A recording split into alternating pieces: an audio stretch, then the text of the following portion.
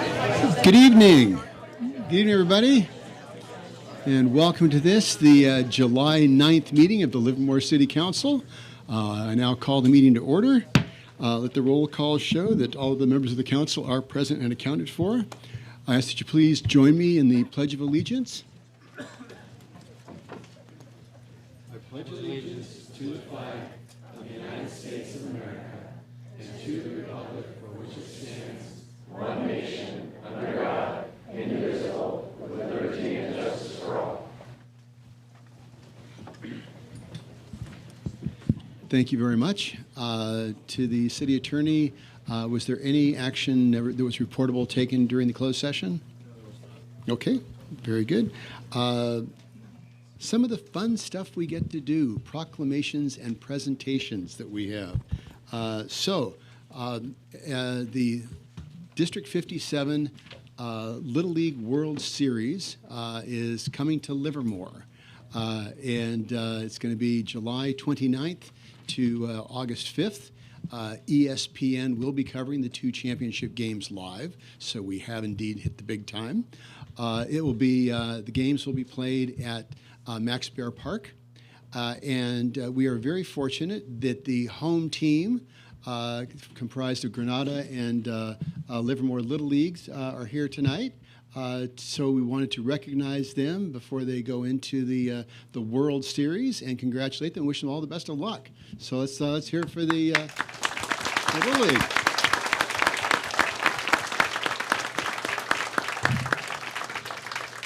So we have certificates of recognition for each of them, and we also have, in collaboration with the United States Conference of Mayors, which has a program called Play Ball. It just so happens that our Little League World Series coincides with this initiative for Play Ball. So it really works very well. And this is the 5th year, I believe, that we have the Little League World Series. It's 6 years. Wow. That's awesome. That's great. So with that, I'd like to present the plaques and the T-shirts to the team members here. And I believe we have Kathleen Mincer, and I see Dave Wetmore in the back. So I guess I'll come up and present these first, and then go through all the stuff.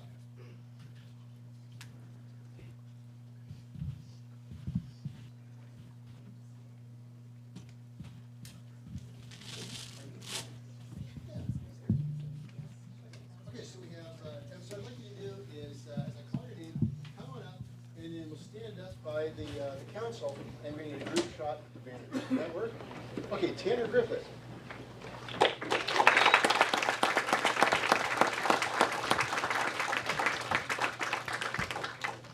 you go.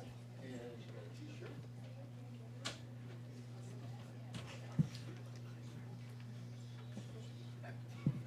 You got Danny Durham.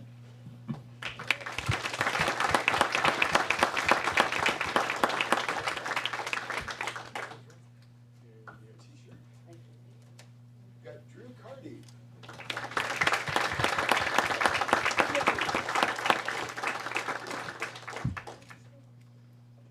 And there's your T-shirt. Don't get the flag. He knows what's important. Colin Johnston.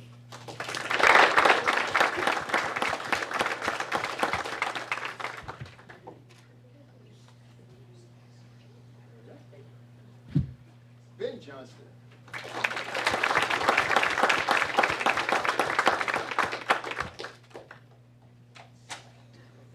Oh, Ben, there we go. Nate Keeney.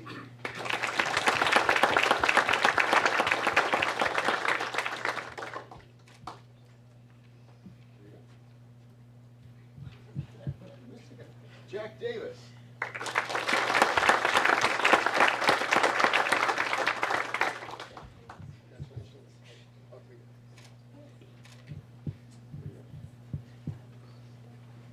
Andrew McKeever.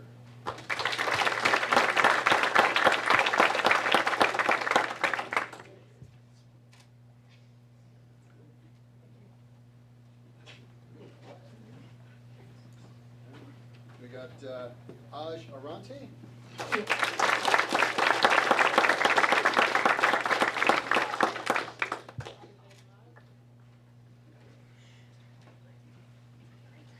Jason Krakowski.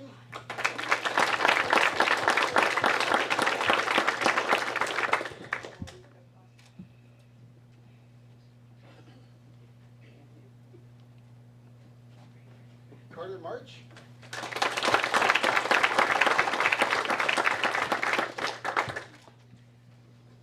Thank you. Bobby Alviar.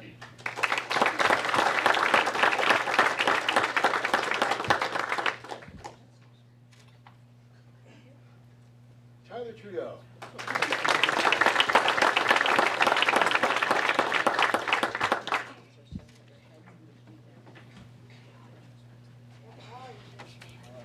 Now we've got Coach. We have Steve Griffith.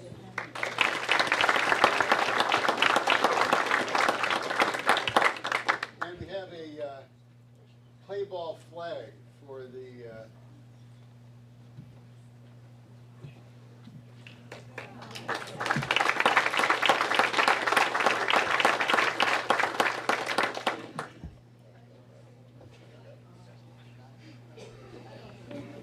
Mike Trudeau.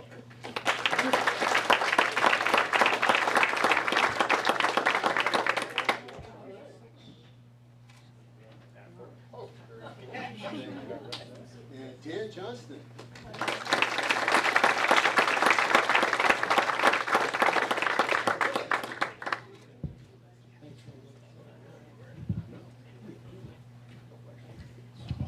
And Dave Wetmore.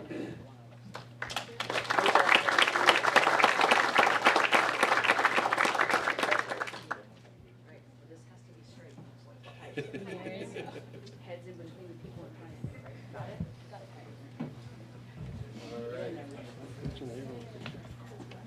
All right. Stand up, you guys. Come on. Let's get a picture. Come on. Go. Swing it.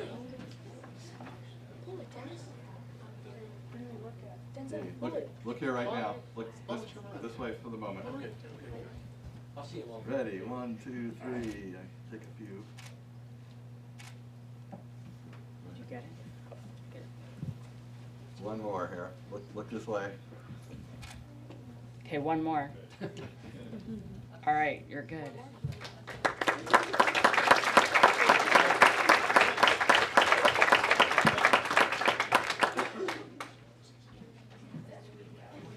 Dave, let's see if you're.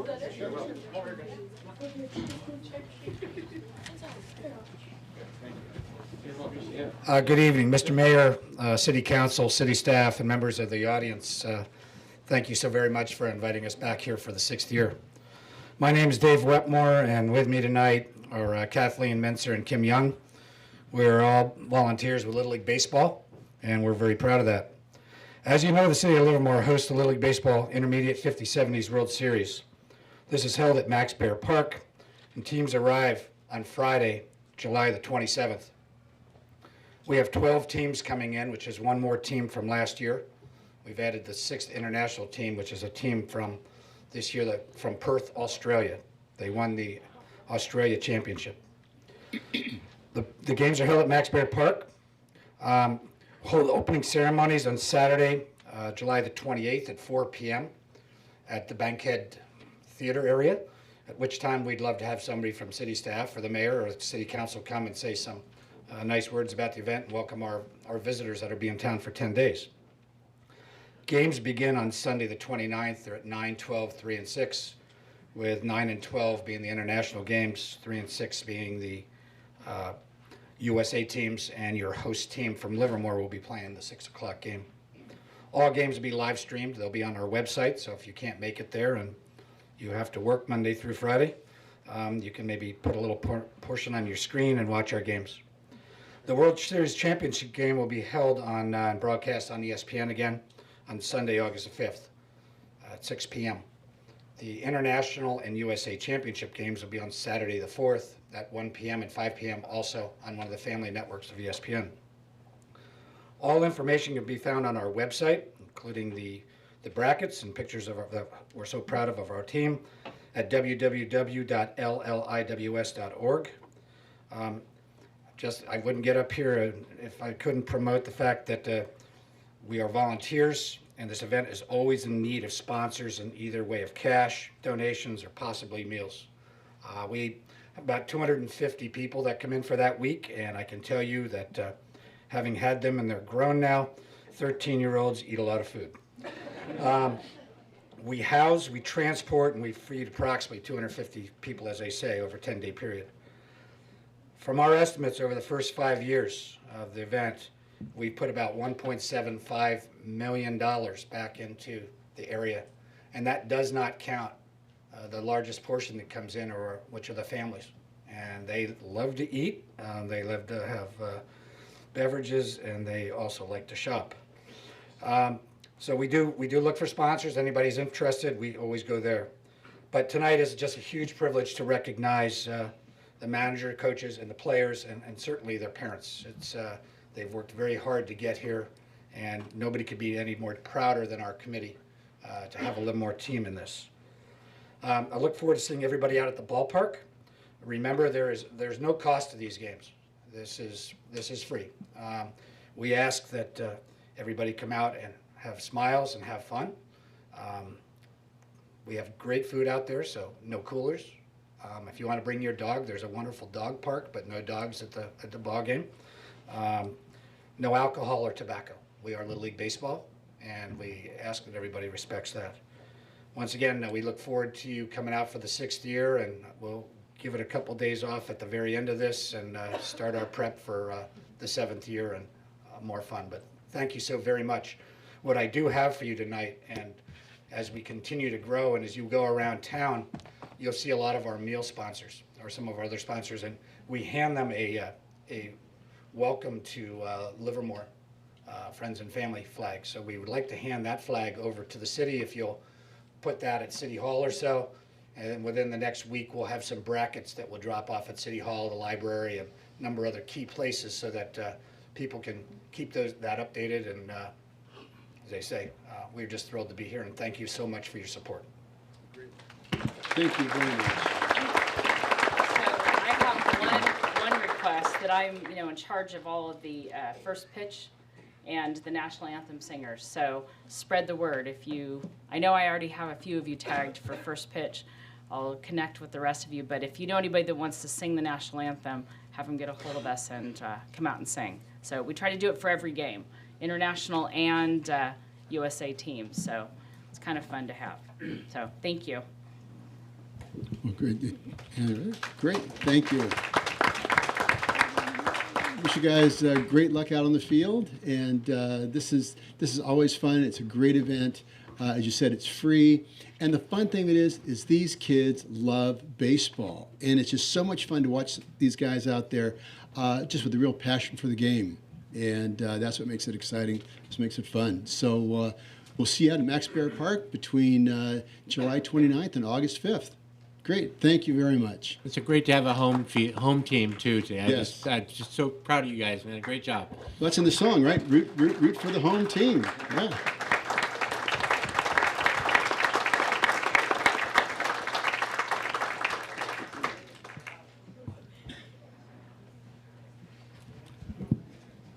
All right then. Well, now back to business. That's fun. And the other thing that's remarkable is the people that actually step up to serve this community. That's one of the reasons Livermore is the remarkable community that it is because we have so many people that are willing to give the most valuable thing in the world, and that's their time, back to the community. So with that, we have the commissions and Library Board of Trustees, and we're going to be making appointments to those tonight and swearing in people that have stepped up. For the Airport Commission, we have the appointment of Darren Bishop. For the Commission for the Arts, Kimberly Ayers. The Library Board of Trustees, Matthew Berry. And for the Livermore Area Youth Advisory Commission, we have Evelyn Arroyo, Jason Hay, Elizabeth Ludwig, Daphne Yan, Yesenia Medina, Amelia Nelson, and Yagulan Srikumar. So with that, I would like a motion to approve the appointments and reappointments. So moved. Second. Moved by Councilmember Coomber, seconded by Councilmember Carling. All in favor of the motion? Aye. Okay, in that case, I'd like to administer the oath of office to Darren Bishop, Kimberly Ayers, Evelyn Arroyo, Jason Hay, Elizabeth Ludwig, Daphne Yan. So you'd like to come up, please?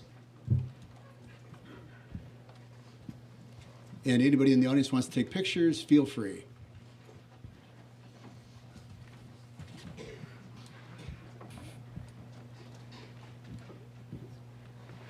Alex, you're moving that way. Wait, you're in front of the camera there, Alex. There you go.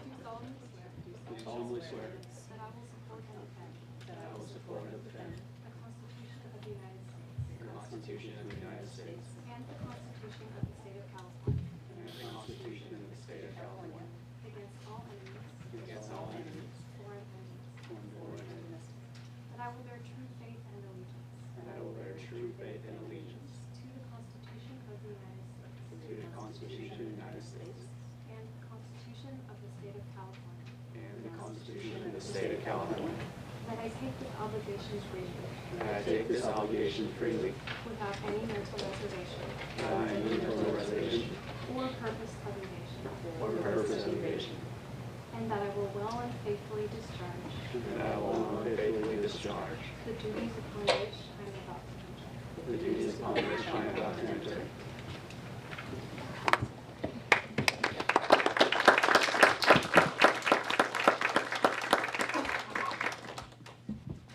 Great, thank you very much. Thank you for volunteering your time. Okay, little procedural thing here. What I'm going to do is I'm going to move reorder the agenda, just to give everybody kind of a heads up. I'm going to reorder the agenda so that 6.02 will be before 6.01. So that way we can cover the golf course. I'm looking out there and it's like most of the people here are going to be here about golf rather than about water. So, and certainly district-based elections. So we'll cover the golf folks first. We'll do public hearings before that. However, before that, we do have the Citizens Forum, which is for items that are not on the agenda. The City Council can neither deliberate nor take action on items during the Citizens Forum. But I've got about half a dozen cards, and I'd ask that you keep your comments to 3 minutes or less. With that, we have Brent Seiler, Donna Caban, and Connie Copps. Seiler. Evening, Council. In the last council meeting, you decided to take away the subsidies for the sidewalks, which is your right to do.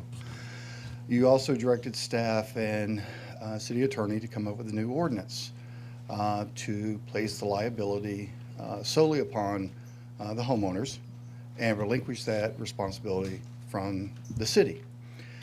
I would ask that you reconsider that. I think it's illegal on many steps.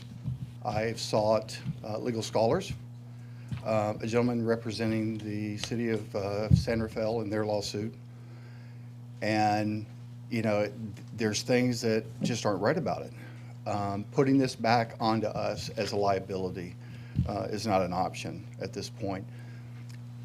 As the council, you make decisions at every meeting. Outside of this, you make decisions on where money will be spent. You're not allocating the funds. We've got money. We hear that you don't have money. We've got money. It's just not allocated in such a way that it can help fix the problem that we have with our infrastructure. So I would ask that you go back and you look at things and ask yourself that. I've heard many times up here, public safety. You know, are we spending the money where we need to? What was it, last year we spent a little bit over $1 million on part of a trail? We got $1.8 million allocated for this year for the same part of the trail. Are we spending our money wisely for what we need to do within the city? So, you know, I'll put you on notice that if you go down the path of an ordinance, where it will come back onto the citizens, I will take legal action against the city. I've already got the lawyers lined up. The gentleman that's representing the citizens' lawsuit against San Rafael will most likely be the lawyer that we go with, because he's already done it. So what I ask you to do is just, when that ordinance comes up, let's take time, think about it. Is it the right thing to do to the citizens of Livermore to put this responsibility back onto us, which legally, it's already there. I agree. 5610 says we own the responsibility, but the city owns the same responsibility for the sidewalks being in the conditions they're in. So it's the third party. It's never been challenged, but I'll challenge it. If I lose, I lose. If I win, it's going to cost the city a lot more than what it would probably cost to repair if we allocated dollars to it. So if you could, please just go back, think about it. Let's make sure we're making the right decisions. We're spending money where we need to spend it, so we can take care of the problem that we have here now, which is our infrastructure. Okay, thank you. Thank you, Mr. Seiler. Donna Caban, Connie Copps, Ron Accioli. Good evening. Donna Caban, Livermore resident, and speaking on behalf of Sierra Club and Livermore Eco Watchdogs. This is a public information item. On July 24th, 1 p.m., the Alameda County supervisors will make a decision to grant or to deny 2 oil drilling permits for E&B on Patterson Pass Road. These permits would allow reinjection of oily wastes and undisclosed chemicals used in oil production to be dumped in our aquifers. While the aquifers are not currently being used for drinking water, the groundwater can be used for irrigation of crops, landscaping, and other beneficial uses. Local groundwater is critical in long-term water planning, especially in drought years. We cannot afford to squander this resource to allow cheap disposal and maximum profits for one company. Over the years, numerous agencies have cited E&B for health and safety violations, including a petroleum leak discovered in Livermore in 2015 that contaminated 12 feet of soil. Furthermore, Alameda County won a stipulated judgment in 2017 against E&B, which resulted in $85,000 in fines.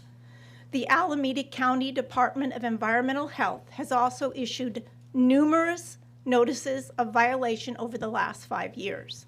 48 spills and accident reports have been recorded concerning E&B since 2007. In addition, the reinjection of oily fluids has been shown to increase seismic activity. This is especially imprudent to allow reinjection next to the Las Positas Fault and the Greenville Fault, which registered a 5.8 earthquake centered in Livermore in 1980. Reinjection should never occur this close to active faults. No environmental review has ever been conducted, as the previous owner started drilling in 1967 before CEQA laws. E&B Natural Resources, who purchased the land 5 years ago, has been grandfathered in. If you're concerned about risks to our groundwater, long-term risks, and the increased risk of earthquakes, please join us July 24th, 1 p.m., Supervisors Chambers, 1221 Oak Street, Oakland, 5th floor. Ask the supervisors to deny these permits. For more information, go to a website created by Livermore residents, info@livermoreecowatchdogs.org. Thank you. Thank you, Ms. Caban.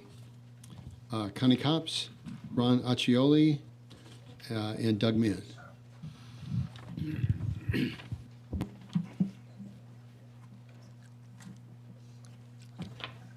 Hello, city council members and city staff. Today in my inbox, in my email inbox, I got 3 extremely passionate people asking me to donate my time and energy to a cause. And I read up on this website, and it really, really, really, really sounds promising.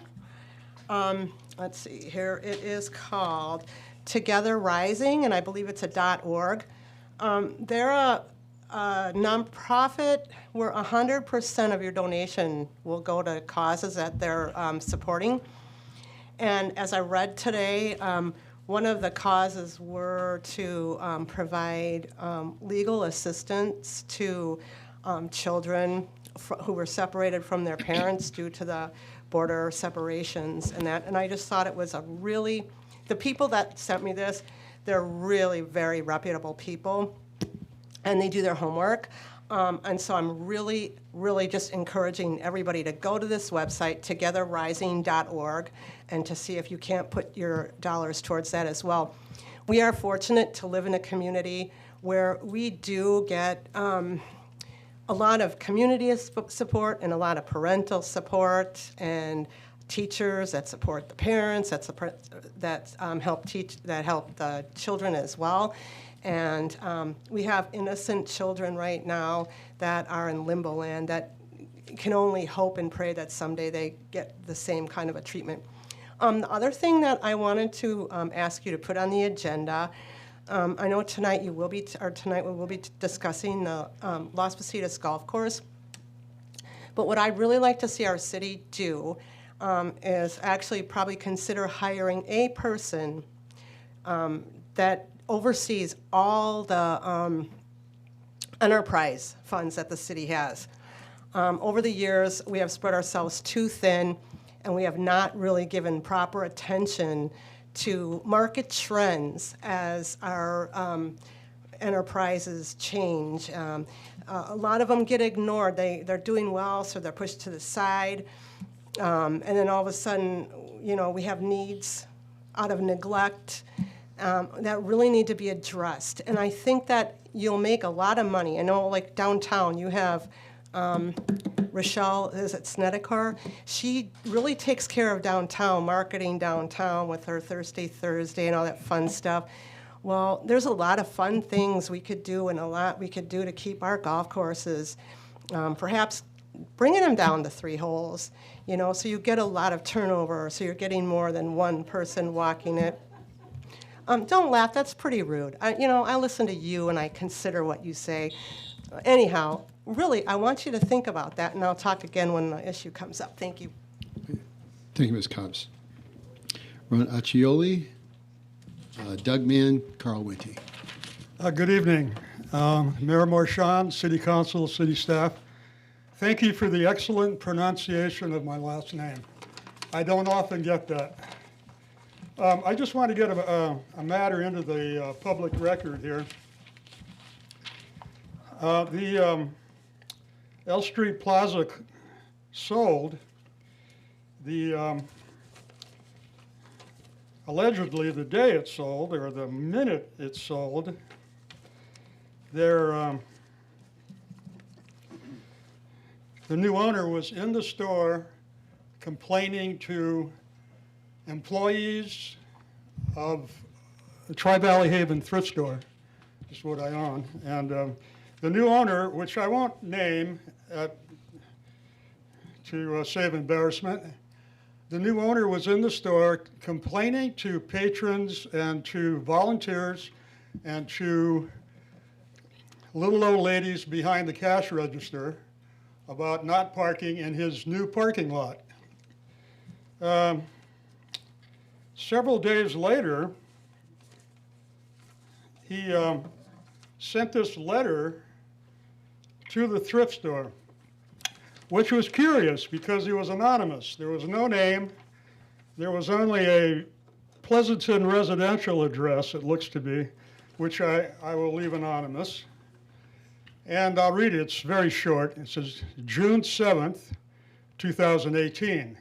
To whom it may concern. As you know, the ownership of your neighboring building, 150-170 North L Street, recently changed. We are aware that your establishment, Tri-Valley Haven Thrift Store, previously used the 4 spaces in the parking lot. Unfortunately, we will not be able to continue to allow the Tri-Valley Haven to utilize our parking lot effectively immediately.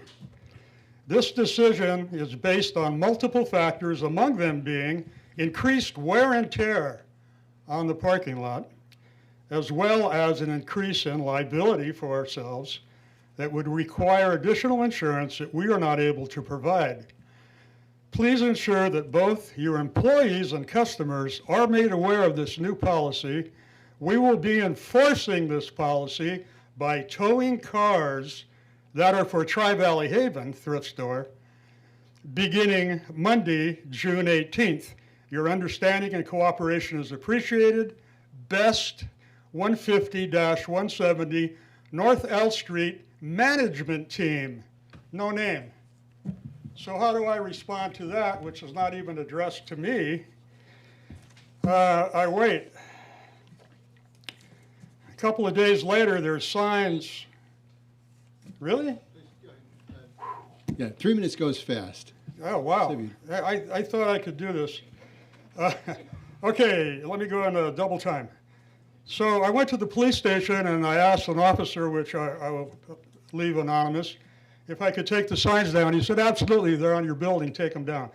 Then Monday I went and talked to a legal assistant because I wanted to review all this stuff with the legal department. She told me to get a lawyer, which is in progress. I have here the police report I filed today because the towing company was there and the new owner actually showed up and threatened me with legal action, et cetera, et cetera. And we'll leave that for further discussions. We pulled the parcel maps in civil engineering and no name has shown up yet. I've also got some info here about prescriptive easements. If you could hand that information to our city attorney. I will. And then he can get back with you on that. I will, and I'll do it right now. And thank you so much. I appreciate Thank you. it.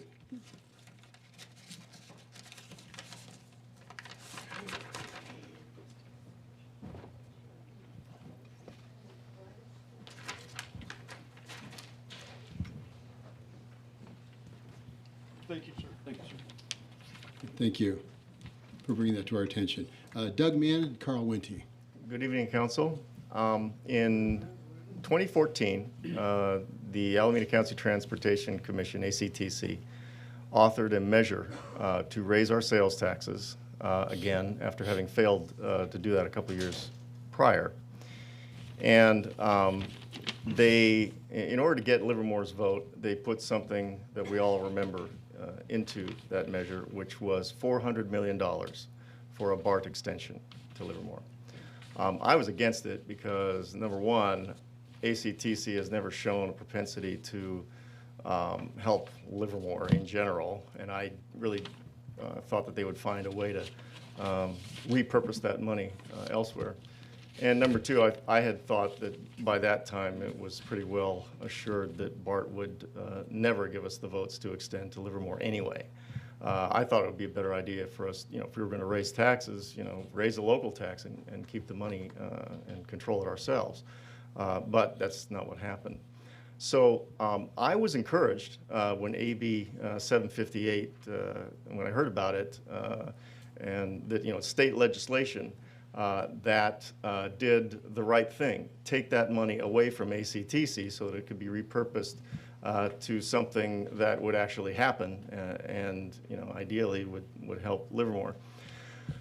In this case, though, I find myself feeling like I'm sorry for what I wished for, because now what it seems like is, well, what the legislation wants us to do is to build a train from the San Joaquin Valley to help their residents cross our area and get to BART and fill up our BART train with their residents. BART is already crowded in the morning. I think a lot of pressures are going to make it more so. And I am failing to see how our $400 million going to a train to fill up our BART train helps any Livermore resident. I believe that money should be used for us. For example, what could LAVTA do with $15 million more a a year.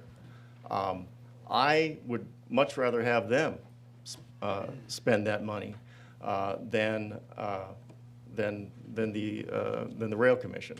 That would take another legislative effort, but we did it once. We can do it again. I think we should all step back, take a new look at this. For another discussion, since there's not enough time here right now, we also need state legislation to make it mandatory that cities not be allowed to put jobs where there are no people or put houses where there are no jobs. We need jobs, housing balance, and state legislation is what's going to be required to get that. Thank you. Thanks, Mr. Mann. And finally, Carl Wente.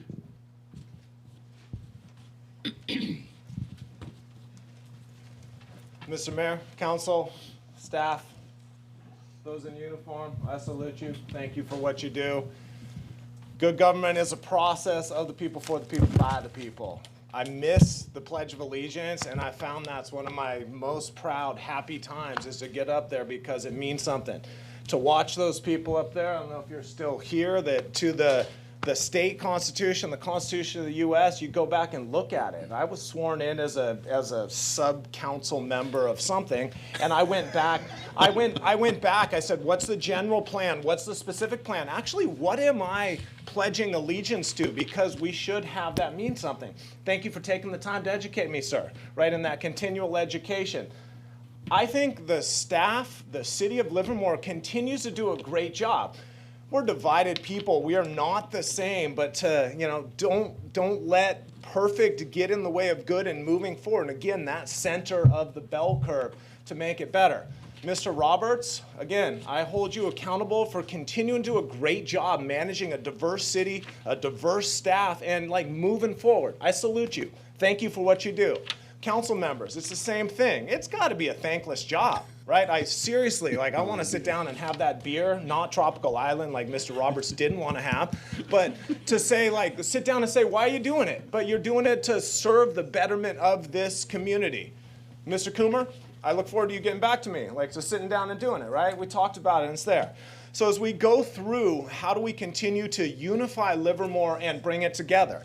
So again, we talk about this downtown plan.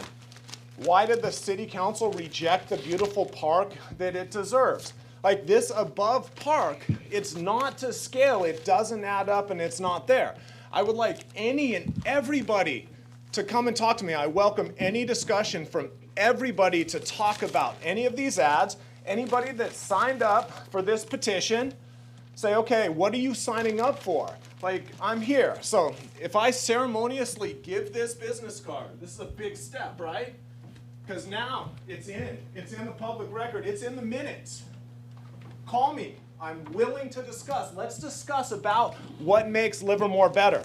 We talk about housing in the wrong spot. I know that Mr. Alcala is spending a lot of time looking at was purchase with affordable housing funds. There's dollars associated with it. How much can we move off? How much open space? But this is just not with an ethics that I believe in. So that's up there. Everybody now, City of Livermore, it's on. City of Livermore, you have my contact information. I look forward to discussing. I look forward to the discourse. I know you're looking at what's the minimum, what's the maximum number. Donald Rounds is claiming a lot of hyperbole and a lot of other stuff about how hard we're working, how creative we're getting. You guys are awesome. You're doing a great job. It's a diverse community. It's a bell curve. We try and satisfy the middle. City staff, you guys are doing a great job. Educating myself. Those in uniform, sir, again, I salute you. Thanks for what you do. Here's to Livermore. Thank you, Mr. Wente. Thank you. That's a tough act to follow. Fortunately, he is the last one on the Citizens Forum.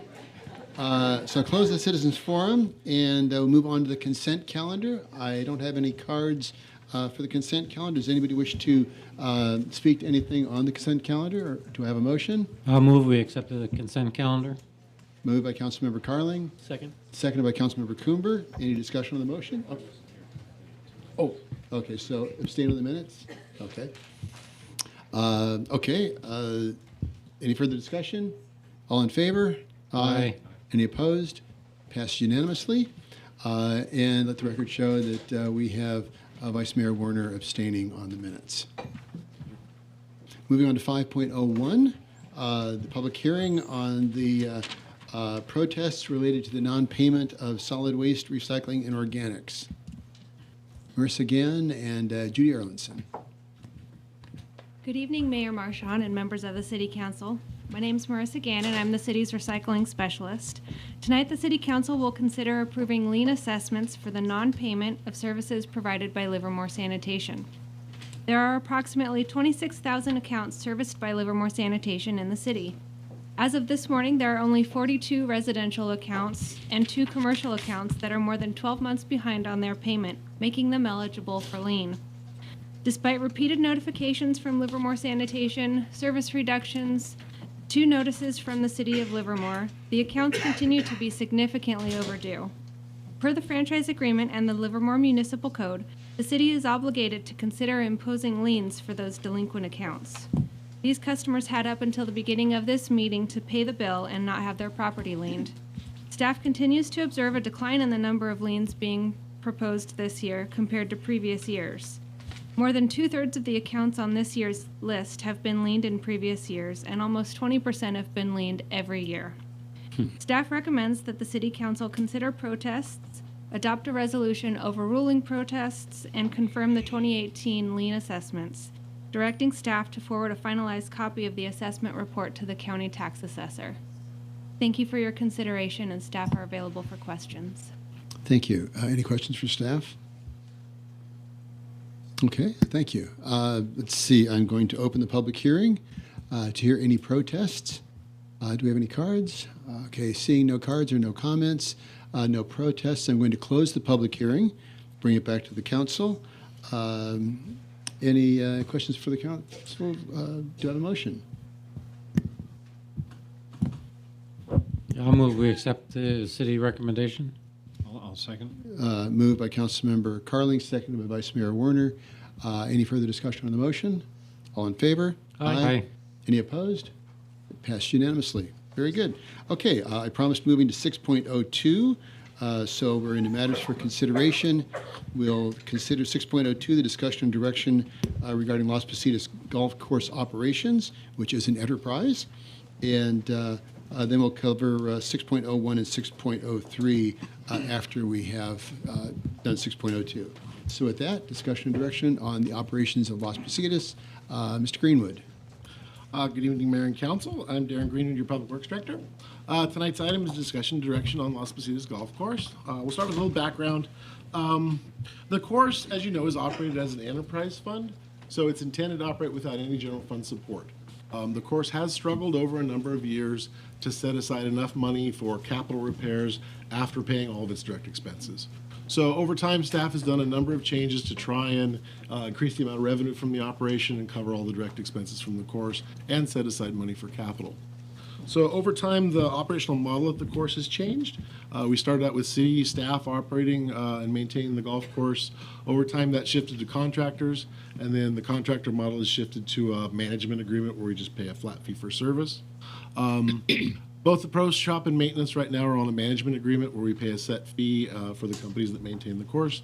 Food and beverage operation is currently a concessionaire agreement where they keep the revenue and pay a rent to the city. A little contract history. In 2012, staff came to the council and made a recommendation to go out for an RFP for a single operator. At that time, council directed us to prepare an RFP, but also to work with the existing operators to see if they could come up with a joint proposal that would meet the same needs as we were doing with an RFP. So at that time, the operators agreed to work together, 3 separate agreements still, but to work together to maximize the amount of revenue to the course. So at that time, council directed staff to do a new agreement with the operators. So we had a 5-year agreement that started in 2013. That agreement was coming to an end in January 2018. So staff back in May came to council with a recommendation again to go out for an RFP and look for a new operator. At that time, the agreement had automatic extension targets, where if the operators had hit a certain amount of revenue from the course, they would have automatically gotten an extension. Based on the performance, they weren't going to make those levels, so staff brought forward a proposal to go out for an RFP. At that time, during the meeting, the operators raised some issues about how much direct revenue the course was throwing off after the expenses that they paid at the course versus the financials that staff was talking about in the meeting. At that time, council directed staff to take the finances to the finance subcommittee and have it reviewed there in the subcommittee before bringing it back to council for a recommendation. So a little review of the subcommittee process. A little delay getting started because the subcommittee was still focusing on downtown. So when they finished up their work there, we were able to have meetings between October 17 and March of 18, 4 meetings as you see on the screen. The last meeting was a joint meeting with the operators. They were able to come and present the information they wanted to present to the committee. Basically, it was a full financial review, including all the performance from the operators, rounds and revenue, their costs, as well as all the city costs that were specified in the agreements, what things we charge to the course, generally accepted accounting principles around enterprise funds and what are the appropriate things that need to be charged to the fund and things like that, as well as the status of the general fund, what was the advance or the deficit to the general fund. As of June 2017, the general fund had advanced about $2.1 million to the enterprise fund.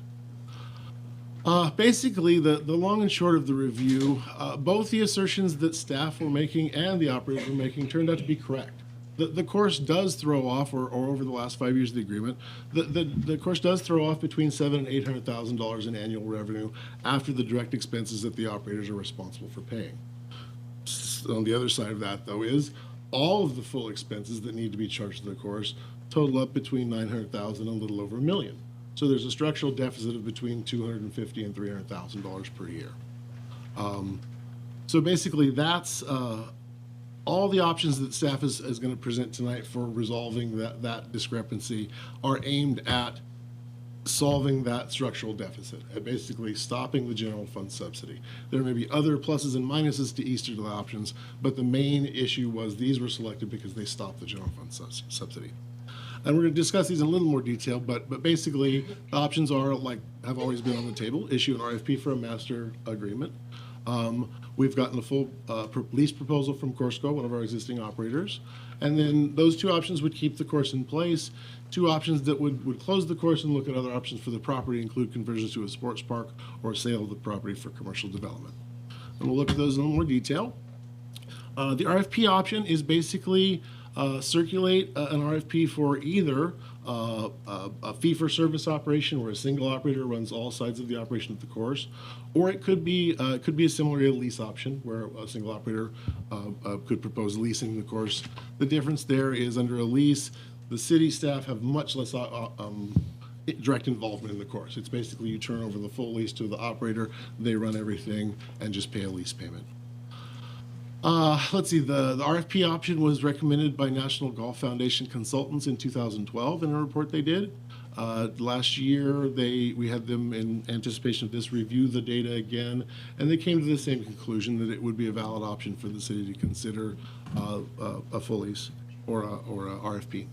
The advantage of this is basically the city would get to determine the market conditions. We could see what the market would bear as far as other operators proposing to take over service, and the potential to maximize revenue from the course and be able to fully fund capital and all the expenses. Disadvantages would, of course, be the potential disruption if another operator were selected. In an RFP, the existing operators would be, of course, welcome to propose, but if someone else was selected, it can cause disruption in the golfing community. The full lease proposal from Corsco. Over the last year or so, we've had discussions with Corsco off and on, looking at, is there an option that would retain the existing operators?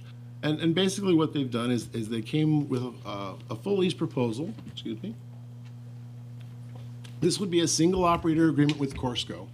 So they would go on the hook for the whole lease, then they would subcontract with their existing other operators for the services of the course, but that would be up to Corsco. The lease payment would be set to cover all of the city's costs on the golf course. So all of our debt service, FAA rent, back rent, all of the things that have to happen if we're not running a course. If the city staff is not involved and it's a full lease, all the obligations that the city has, that's what the lease payment would be set to cover. In addition to that, the terms we've kind of talked about would be, or the proposal that Corsco has made, guaranteed capital funding of $200,000 per year. And how that would probably work is we would specify a list of approved projects. They could deposit the money annually and then do projects off that list so that we're assured that the money's being, put away, set aside and spent on the projects that are needed at the course.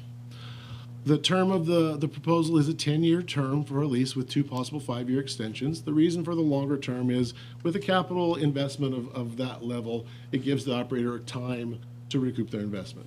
They're putting in a lot of money. The advantages of a full lease like this is it eliminates the structural deficit. So when the lease starts, we would no longer be subsidizing from the general fund, and it provides that dedicated capital funding. The course could use, frankly, more than $200,000, but at least this would set aside a dedicated funding stream to tick off those capital projects that we've been unable to do for years.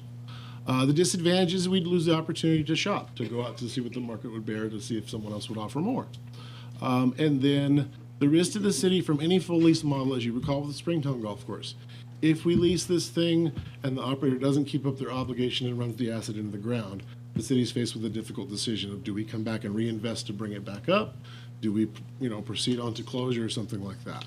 So we would write a lease that specifies some pretty strict terms, and then the funding that we've got, the lease payment we've proposed, provides a little extra money for staff to monitor the contract to see how the performance is.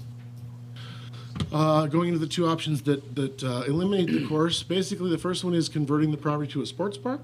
I got to caveat this that while we've had some very preliminary discussions with LARPD, this has not been vetted by LARPD staff or board. We just know that LARPD has a need for more sports fields. This would be the non-FAA controlled piece of the property, so none of the airport property. The upper piece towards the freeway, the part that doesn't usually flood.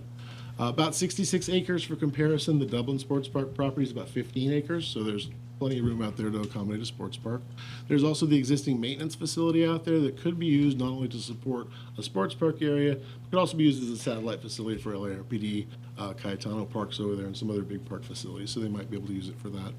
Advantages are, again, stops the subsidy, but it meets demands for play fields, and it maintains some open space along the freeway. Disadvantages would, of course, be loss of the golf course.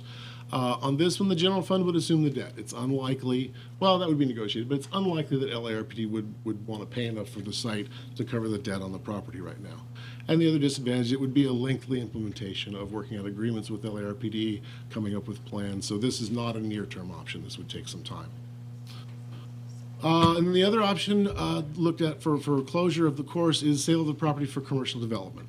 This was again be the portion, the non-FAA piece, up towards the freeway that has a lot of exposure. It would be for commercial development, not residential, because of proximity to the airport. So in that area, you can't really build houses. You can build commercial. Estimated value for the property as is about $10 to $12 a square foot. That works out to about $28 to $34 million. That kind of quote is for unimproved property that doesn't have utility connections and isn't zoned necessarily. That value could go up to $25 a square foot with a potential value of up to $70 million if utilities were provided in zoning. There are water and sewer lines and a recycled water line that cross the property. A study would need to be done to confirm if there's additional capacity in there. But if there were capacity and zoning were changed, that would get you the higher level. Advantage of this would eliminate the subsidy. It would also repay the general fund advance and the debt on the property and still leave a fair sum, $21 million, assuming the lower sale value of about $30 million, because there's a combined about $7 million worth of debt on the property. Disadvantage, again, would be loss of the golf course and loss of the open space along the freeway. So those are the options that we've developed that again, resolve that structural deficit and end the subsidy. And staff's recommendation is that council discuss the options and provide us with some direction on which one of those you'd like to pursue and bring back.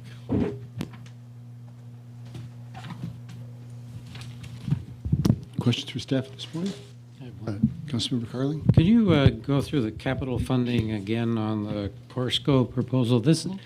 They're suggesting that they would put it into 200K for capital, and somehow we agree with how they would invest that. Is that? Yeah, basically my thinking on this is we already have a list of capital needs at the golf course. Right. I think what we would do is memorializing the agreement, Here's a list of approved capital projects that can be done at the course. Okay. They would set aside the guaranteed amount into a fund so we could see that it's being set aside. Uh-huh. And then annually, they would do those projects. Or if they're saving up, if they want to do projects that's more than 200,000, they could, spend in the back as the funding is available for the projects.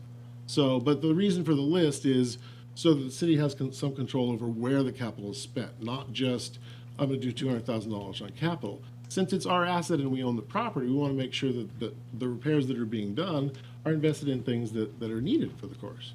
What happens if some capital improvement costs, I don't know, $500,000? Good point. What happens? Yeah, what we How would does that work? probably do, I would write in, and just for everybody's information, even if we went for an RFP or something, however you do this, I would look to write in, I'm not sure what you'd call it, an escape clause. I mean, as it is now, even if it's on the city's cost, if the backside irrigation fails, that could be $1 million repair. Yeah. I don't think the city would want to invest that money right now either. So I think we'd write in there that capital repairs or failures over a certain amount, they have the option. So if you're required to spend $200,000 a year, and in the first year something fails that's $500,000 or $1 million, they could then come back and say, no, we want out. We don't want to spend that much. Sure, but I guess what I was getting at is, they could say we could limp along for a couple of years with the way things are now, but we're gonna, in, I don't know, 3 years, we want to save up enough over that period of time to invest the $500,000. Is that okay from the way this agreement is written? It's not written yet, but yes, I think we would allow in the agreement for as long as they're going to do a project that's off the list or something has failed that we agree. And they show that they've putting $200,000 into a escrow or something. Yeah. Basically, it need to be in a fund so we know it's being set aside. Okay. And it can't be taken back out later. Got So it. that Okay. money is dedicated. If something were to happen and the agreement were to end, that capital money would still be there. Okay, great, thanks very much. Councilor Sadowski? A question about the last two options. Is there enough acreage for a hybrid option between the two? Could you potentially sell some for retail in order to help pay off debt and fund a sports park, and then leave enough acreage left over for a sports park? I'm asking, this is kind of, Yeah, you're asking your for internal LARPD, but, so let's preface it with I don't know. Yeah. But if Dublin Sports Park is 15 acres and is functional, and I've got 66, I could do a 30-acre sports park and still have 30 acres left for commercial. So it would seem that there's enough land there to do that. But I'm no sports park expert. And that's something that I understand that LARPD for years, they've been looking for acreage for a sports park. Some of the soccer clubs in the Little League World Series, they've been looking for a co-located spot. So that's, that's something to talk about at some point. Other questions? Quick one. Timber? You've had discussions with LARPD or not? Very preliminary. Okay, I was going to say, just floating what's the idea. the general feel there? Because a couple years removed, I know my feel when I'm looking at all of a sudden taking on a big project like this. Yeah, I think, like Councilmember Spadowski said, they get a lot of they get a lot of pressure for additional play fields. The only concern we heard was proximity to the freeway when we floated the idea. But Soccer balls in the slow lane. Well, no, I think more from exposure to emissions from the freeway or something like that. So that's the only concern we heard. But I think perhaps financial realities might overcome that if our. Well, for example, we've got the 82, 85 acres out at where the Springtown Golf Course used to be, and that's available, but LARPD has not expressed an interest in taking over that, as you said, because of the funding. Well, and the other thing there, they did during the open space concept plan, they floated the idea of play fields, and the neighbors were not very favorable of that. At this location, there aren't really any residential neighbors to speak of. Okay. And to add to that, that's what I've heard at a freeway location like Dublin, or isn't there the big one out in Manteca or Tracy, the one where they recreated Big League Dreams. Yeah, it's located next to the freeway is somewhat ideal because the traveling. What was it? It's not right on the freeway. Well, I mean, some of the ones that you can see from the freeway, it's ideal because on-off. Yeah, the Dublin one. Located next to hotels, because when you have the big tournaments, they fill up, that kind of thing. Okay, any other questions? All right, I'm going to open the public hearing. I've got about a dozen cards here. Once again, keep your comments to 3 minutes or less if you could. And we have Connie Copps, Mike Sharp, and Dan Bieber.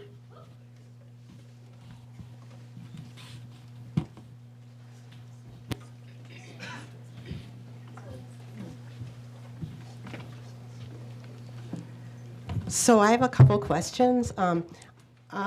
When was the golf course actually built, the one in Las Positas, and what is it? Why do we lease money from the airport? Oh, you can't. Can you answer those questions? Just go ahead and ask all your questions now, and then we can. Sure. I don't think you have enough of the backstory on the property. I think golf is really important, especially if you plan to be a destination. And you have to, market conditions, I think, have not been fully thought out through the umbrella of your enterprise deals. I don't think we've kept up with current trends, marketing trends. I don't think enough has been done for like interactive play. I think golf was your dad's sport. We have to bring it down to this generation. I think my dad now, he can golf about 3 holes. He likes to golf, but he gets tired after that. I think we really need golf. I really do. I think that we haven't heard enough of the backstory about Springtown. We haven't heard enough of the backstory about the airport as a enterprise. I heard it's a cash cow. I don't know if that's true or not. And it's really hard to have input when you don't know what's true.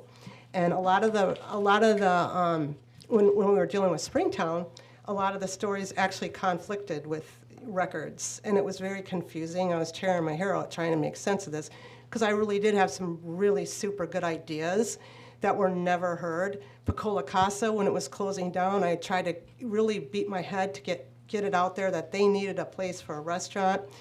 Perhaps they could have had the restaurant at Springtown. Unfortunately, I go up to the industries that control this. They don't want to hear me, and they're actually kind of rude to me. And I've done a lot of things. I coach soccer. I care about this town, and I really care about golf. I care about our city making a profit, but we have not kept up with the big picture. As downtown gets marketed, and we subsidize Livermore downtown, why couldn't we look at the big picture of our enterprise? Why are we paying a lease? I don't know why we pay rent to the airport. The other thing about golf and the airport and Springtown, I'm hoping that's a golf course again someday, I don't know. When you're that close to the airport, and the airport probably will be busy, you can't land on 580 anymore. It's crowded all the time. It's good to have a buffer where you can have an airport close by, and possibly if there was ever an emergency landing, you've got a golf course here, or you've got a golf course there. Land, they're not making any more of it. If you start, selling off your property, it's not something that you can get back. So I say try this before you desperately try that. Thank you. Okay, thank you, Ms. Copps. Mike Sharp, Dan Bieber, Patricia Miller.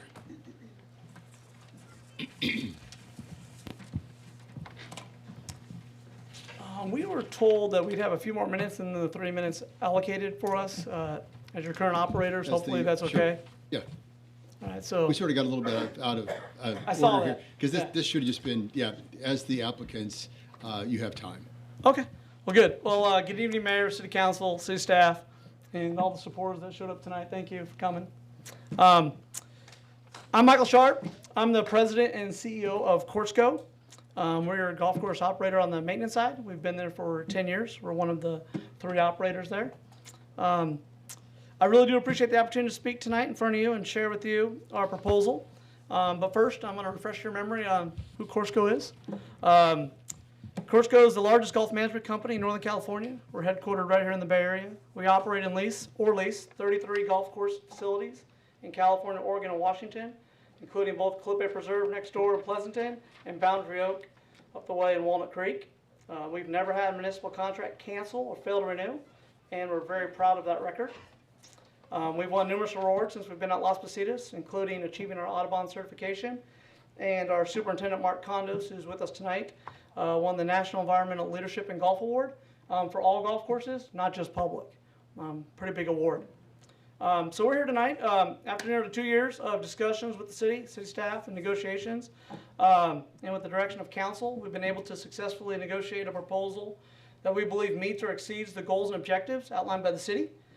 We even went back and looked at the last council meeting back in May when we had this discussion. We were debating the finances, kind of to really understand the issues at play, not just the finances. And we think that our proposal addresses all those concerns that the mayor and the council had at that time. In essence, our proposal, it achieves some of the things that Darren and city staff talked about tonight. The city will no longer need to subsidize the golf course anymore. There'll be no general fund subsidy. It'll establish the one operator model, as mentioned in the consultant report also. It keeps the current operators in place, which I believe the council said that was important to them, as we kind of think that's important too. Provides a capital contribution investment by the operator, us. Provides a guaranteed rent structure to the city regardless of the market conditions or weather. And it provides flexibility and the option to terminate the agreement if the land at some time should be repurposed in the future. And over time, the excess rent, as the debt falls off, could be used by the city for other obligations, including that, I guess you call it operating debt from the past. Specifically, we are asking for a 10-year lease with 2 5-year options. That gives us an opportunity if we're going to put the money up and invest and have some tough years ahead of us. We want to be able to recoup some of that investment.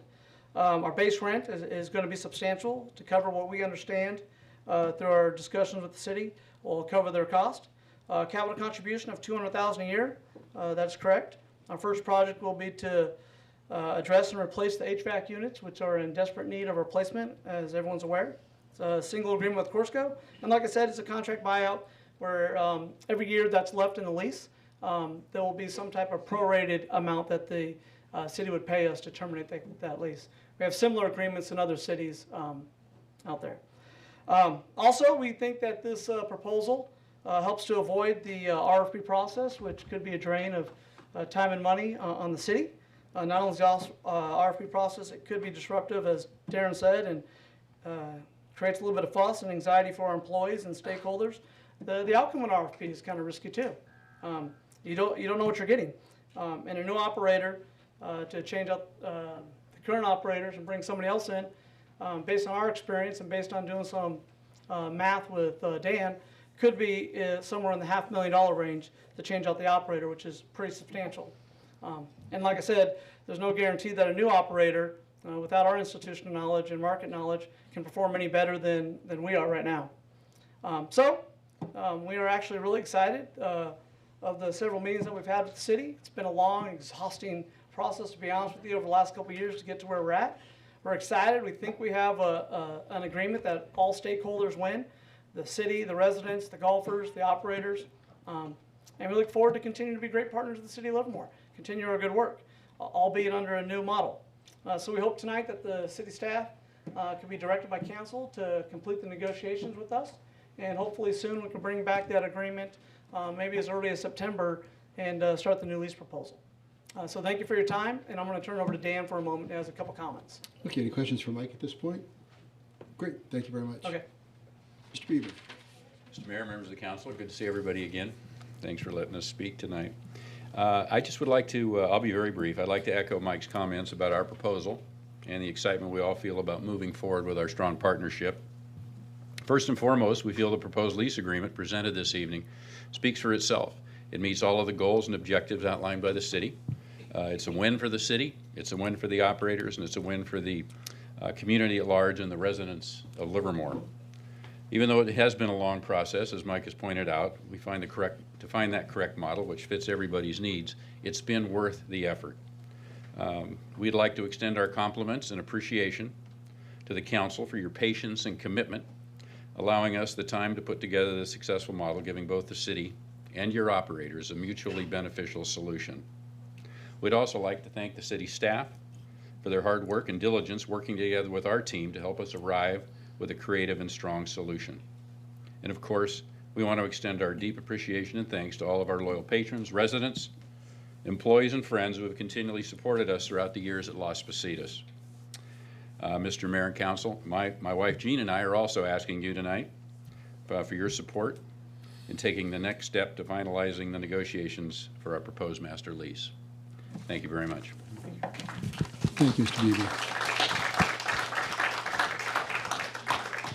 And I was going to say, there's a very enthusiastic group out in the back there that's paying attention, and I really appreciate that. I noticed that earlier. Thank you very much.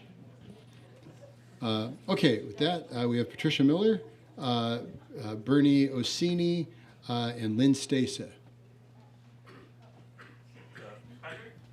Oh, I'm sorry. Oh, dang. I was doing pretty well here tonight. That sure looks like an I and an A. I'm sorry. Patricia builds character. It's all right. It's a good family name. All right. Patrick Miller. Thank you. Thank you. Mr. Mayor, City Council, good evening.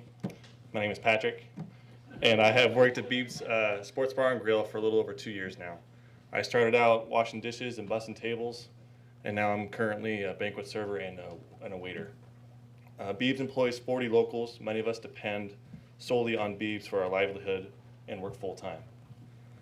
Some of us are home from college, filling in for the summer season, but all of us have found a great place to work with a wonderful culture and a small business family values. It's hard to imagine the community of Livermore without Beeb's. It has become a recognizable part of the city and Livermore and a strong reputation throughout the Tri-Valley. We as employees have a front row seat to observe the generations of families, sports teams, business people, golfers, and many other regular patrons in the community.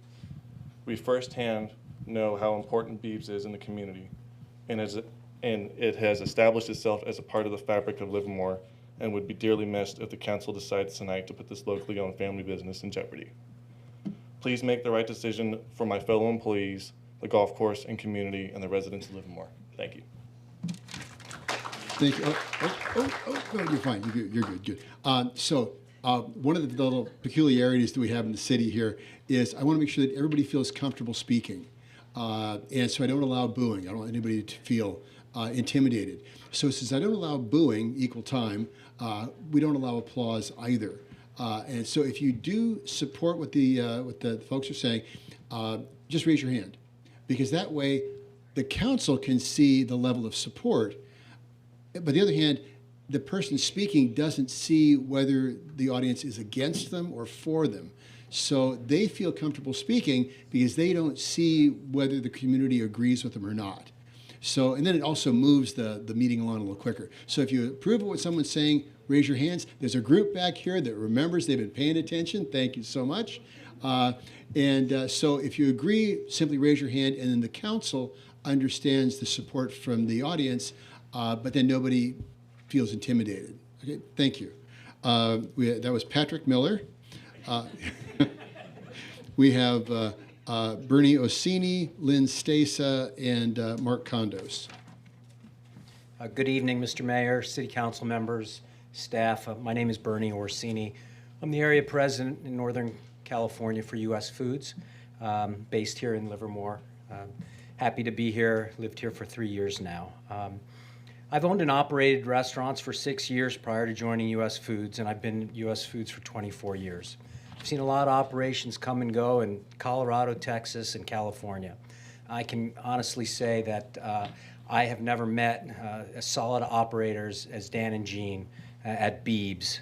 And I think based on the numbers that I've seen in the materials presented, Beeb's has outperformed your sales projections by over $1 million between 2013 and 2016. And they've generated a cumulative return of over $725,000, or 7% of total revenue. They continue to exceed your financial projections, and the reason is quite simple. We have owner-operators in there, Dan and Jean. They're successful because every customer experience and every meal served is a personal reflection of themselves and their brand. They care, their employees care, and the customers reciprocate with their patronage. They're great operators, they manage costs efficiently, they maintain quality, they remain relevant, and are focused on customer service. They're responsible for their success when many others fail. I ask the members to endorse the Corsco model, as I do and many people here today do, and we look forward to a positive outcome. Thank you. Very good. Thank you very much. Thank you, Mr. Orsini. Lynn Stasa, Mark Kondos, and Bruce Raymond.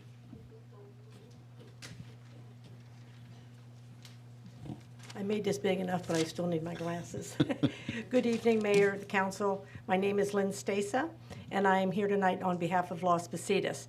As you know, it was built in 1966. There's your answer. It currently has 3 clubs, the SIRS, should say 3 ladies clubs, the SIRS, Seniors, Men's Club, a terrific junior program, and both high schools practice there.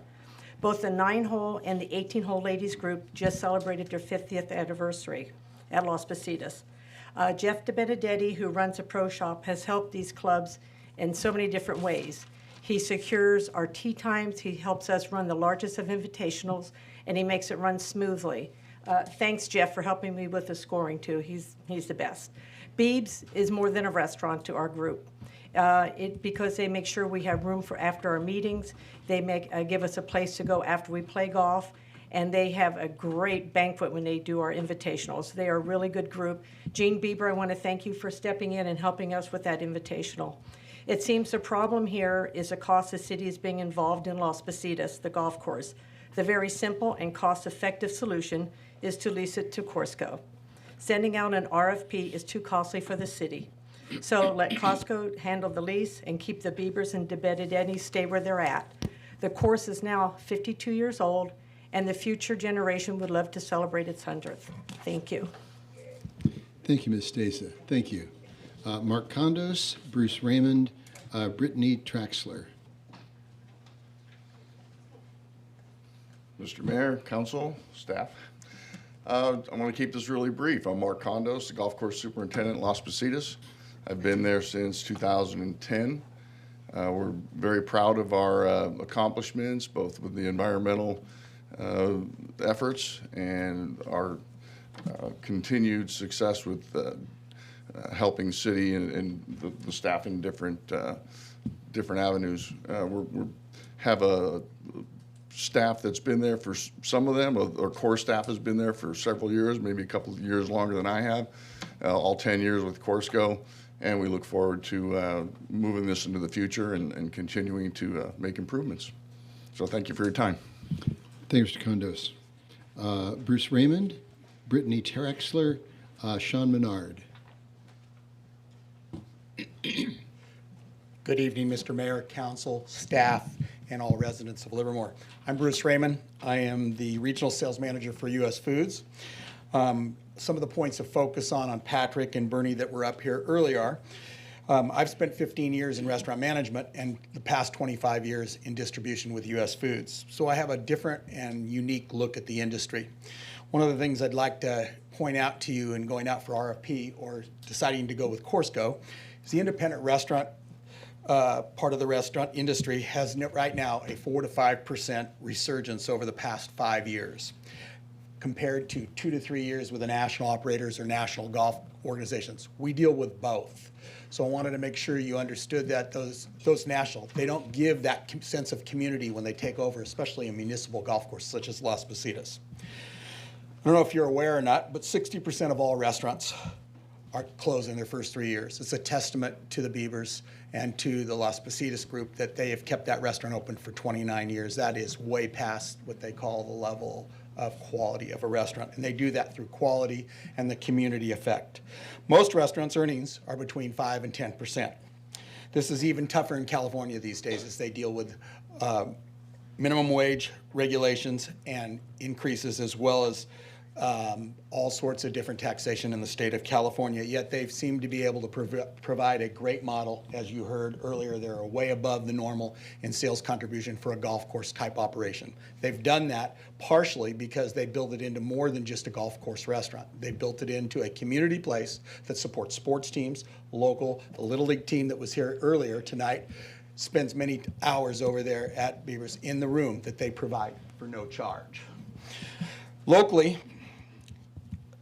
that gives them an advantage, gives them the draw. And that other local prospect and fact remains that they locally manage the place. They're on board every day. You don't have managers coming and going.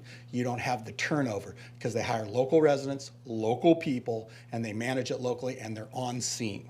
With that, I would like you to please endorse the Course Gold model because I think it's the right thing to do for the city, for the residents, and the community. Thank you, Mr. Raymond. Brittany Traxler, Sean Menard, Don Stasa.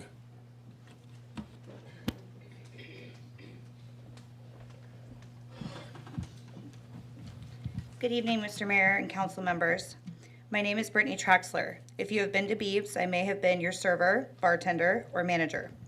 I have worked at Beebs for 5 years. Beebs is not just a job or paycheck for me. Working there has changed my life for the better in so many ways. In the last 5 years at Beebs, I have not only gained stability and security financially, I have gained a second family. Most recently, a fiance who also works at Beebs and has been there for 20 years now. The customers, most of whom frequent Beebs on a daily basis, are also considered family, not only by me, but by all of the staff at Beebs. I like to think of us as a modern-day Cheers. As you can tell from our stories, the length of time that our employees stay is unheard of in the restaurant business.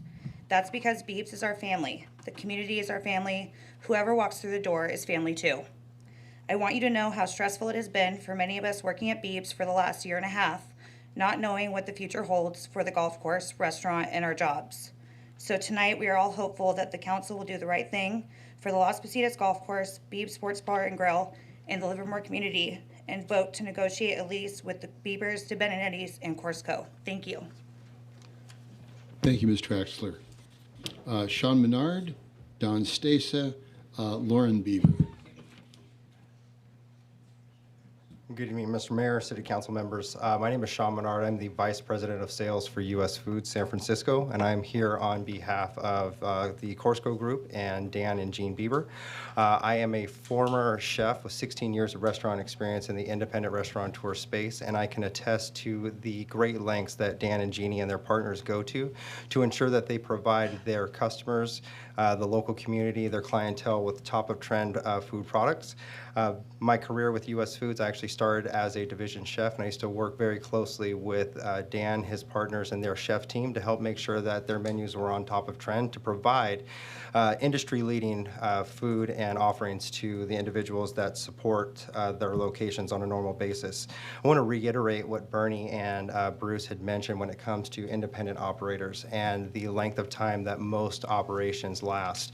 There's a saying in the California Restaurant Association that every restaurateur has an expiration date of 5 years. If they continue to do today, if they do not change their model and continue to do today, tomorrow, Dan, his partners, and Jeannie they've withstood the test of time with over 35 years of experience in operations within the city, providing a fixture for the community, for local sports teams, sports fans, not just golfers, and the professionals who work and live in this industry and in this area. I ask, as has everyone before me, that you make a motion to support the Courseco model and support Dan, Jeannie, and the local community by providing the amazing services, allowing them to continue to provide the amazing services that they do to the community. And I ask that you do this on behalf of everyone in this room. Thank you. Thank you, Mr. Menard. Don Stasa, Lauren Beaver, John Stein. That was one heck of a rodeo this year, Mr. Stasa, the 100th anniversary. Thank yes, you. Yes. Good evening, Mr. Mayor and City Council. My name is Don Stasa, and I'm here to speak about Las Positas Golf Course. I feel the only staff proposal that is fair and equitable to the citizens and neighbors of our town is to lease the Las Positas Golf Course to Courseco on a full lease basis, thus preserving Beeb's wonderful restaurant and keep the De Benedetti's excellent management of the pro shop. With everything this city's done lately to improve this town and better serve our citizens and visitors, it seems counterproductive to now consider disbanding the golf course. There is a workable solution to leasing it to Courseco who has done a great job maintaining our golf course throughout the years. It should be noted that Las Positas Golf Course is one of the best municipal golf courses in Northern California. People come from quite a ways away just to play that golf course. It's maintained, people there are friendly. It's just a good golf course. It'd be a shame to turn it into something else. Thank you. Thank you, Mr. Stasa. Lauren Bieber, John Stein, Nancy Bankhead. Hello, everyone. Mine's going to be very short and sweet. I'm Lauren Bieber. I'm Dan and Jean's daughter who own Beeb's Sports Bar and Grill. I just wanted to say I am absolutely thrilled at the progress we have made and the fact that we have met all the city's requirements for the next step. And, you know, I have literally grown up inside this restaurant, and to watch it grow and thrive, and everyone who has come through and has prospered from this one location and the golf course as well. None of us can even possibly imagine it going away. And I know right now that it's not. I know that you guys know the right decision, and I am absolutely so excited to have this be done and over with, because we love you, you love us, and we're ready. We are all ready. So let's do this, and I'll be talking to you soon. Thank you very much.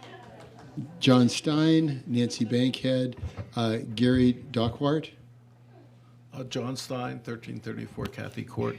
The city has worked long and hard to maintain the Las Positas Golf Course over the past 50 years, and it would be a shame to lose it. I think the golf model is sort of contracting a little bit, but if enough golf courses around us go out of business, and we're the last golf course standing, or not the last, but one of the last, the market will improve. It goes through cycles. The other thing is, I still remember the Red Baron, and I was wondering, as an additional source of revenue, whether another restaurant site at the 580 interchange or near the 580 interchange might make sense as for revenue generation. There's now the Cattleman's and the new one at the Airport Administration and Beeb's, and it could be a hub. It's sort of an ideal location for a restaurant, either a white tablecloth restaurant or an event center, since essentially there are no residents within about a half a mile of that site, which means there's no complaints about noise and parking and people who are less than totally sober. So it makes a great location for a restaurant, and as the city has run other sites, it might make sense to put a site there and increment the revenue of the golf course with a restaurant. Thank you. Thank you, Mr. Stein. Nancy Bankhead and Gary Dankart. I'm sorry. Yes. You know who you are. Nancy Bankhead, followed by Gary. Hi. I want to tell you a little history, my history, and the city of Livermore history. I went to school at Inman School, which was on Doolin. It's still a lot there, but there's no school there. And it was Highway 50 at the time when I was going to school there. And the Hegemans owned Las Positas, what is now Las Positas. And it was a eucalyptus grove. So one year, we trooped across Highway 50, 4 lanes of it, and had an Easter egg hunt there. And what I remember is finding the good egg, and I got a whole 10 cents. That's how long ago this was, here. And I've never played golf there, but I love going by it and seeing the greenness of it there. So that's my story. Thank you. Well, thank you, Ms. Bankhead. Gary Dankwart?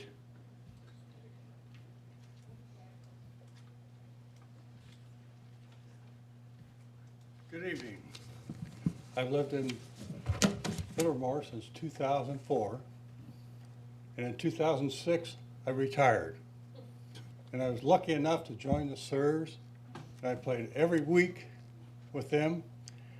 And I want to say that I'm looking at page 2 of your presentation, and it looks like first of all, I have a master's degree in business, and I see the cost going down. And one of the factors in financial management is you got to lower your cost, maybe raise your price. We had a report today that said $200,000. You have 288 green fees a year. 288,000 green fees a year. What's $1 mean? You cover that right away. So I think it has to be properly managed, better than what we're talking about here. And I want to say too that I moved to Livermore when they had 75,000 people here. Now we have about 80. And I can say honestly, I do not want to see brick buildings along 580 to replace this golf course.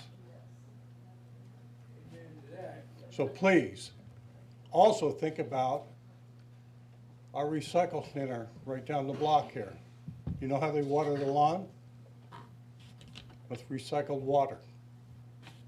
Get rid of the golf course, what are you gonna do with the water? Don't know. Some issues that the city really needs to look at to see how to manage the closure, the continuation of Livermore to have the quality of life that we all expect in Livermore. Thank you. Thank you, Mr. Dancourt. Was that fairly close? Okay, with that, I'm going to close the public hearing and bring it back to the council. One of the things that I've been doing this for a while. This is, I think, the third time we've discussed issues around the golf course, and what's always come back over and over again was the we heard from the community what a great job the current operators were doing, and we all understand that, and we also wanted to avoid the public subsidy, the subsidy out of the general fund, because an enterprise is supposed to cover its costs. And what was remarkable was the fact that everybody came together. The staff worked really hard on this. The operators worked really hard to come up with this, and it accomplishes both goals. I mean, it accomplishes the major goals that we came into looking to achieve. So, when I read the staff report, I was very excited because it looked like this was everything that we had hoped for, and we've been working on for 10 years, I think, on this. It's been a while. So I was very excited to see this where there is an opportunity to achieve everybody's goals. You have both community goals, the city's goals, and the operators. So I think that it provides enough flexibility that it can do just that. So bringing it back to the council. Comments from the council. Vice Mayor Warner. Yeah, I would say that I've been here, this is my 7th year on the council, and this thing has come up several times. And so I'm very thrilled that we've got an option here that looks viable.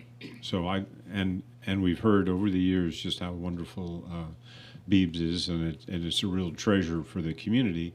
And I think that we really recognize that if some other operator came in, we would lose the goodwill of that. And so what's great is this is a solution that allows the city to maintain its financial viability, and allows this the entity, the restaurant and the course to continue. So I think it's wonderful.